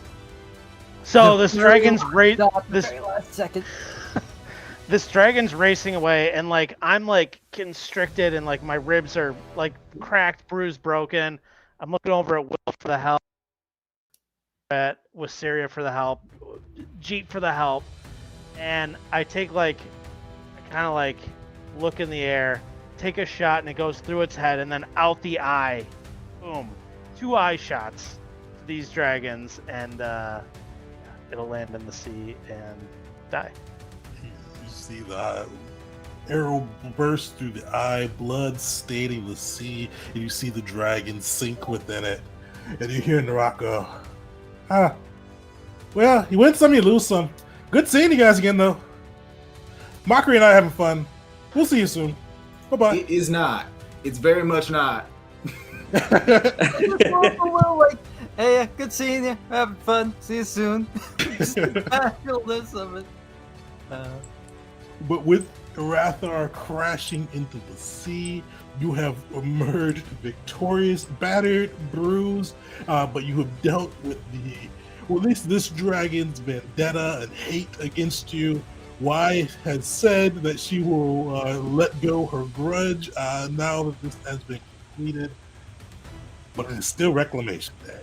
And as you look around and the water clears, you see the rest of the fleet slightly ahead of you now, still making their way towards Kata, making their way towards retaking the land, the children of Taish. And that's where we're going to end our session today. Man, you guys were looking hairy there for a bit. I thought he was going to escape, but you guys, you killed him. You also, nobody died. It looked like somebody was going to die for a bit. And luckily, everybody stayed on the ship with all those waves crashing. That was big. He's spent massive. a few more spell slots than I was hoping to, but hey. Yeah, same. We lived. I kept all my once per day stuff at least, so. They kept whammy at least. Perfect. We'll pick up. We're off the next 2 weeks, but we will pick up August 7th with Reclamation Day proper as the B Squad is going to attempt to commandeer a ship and cause some havoc with the Akirian blockade. So everybody join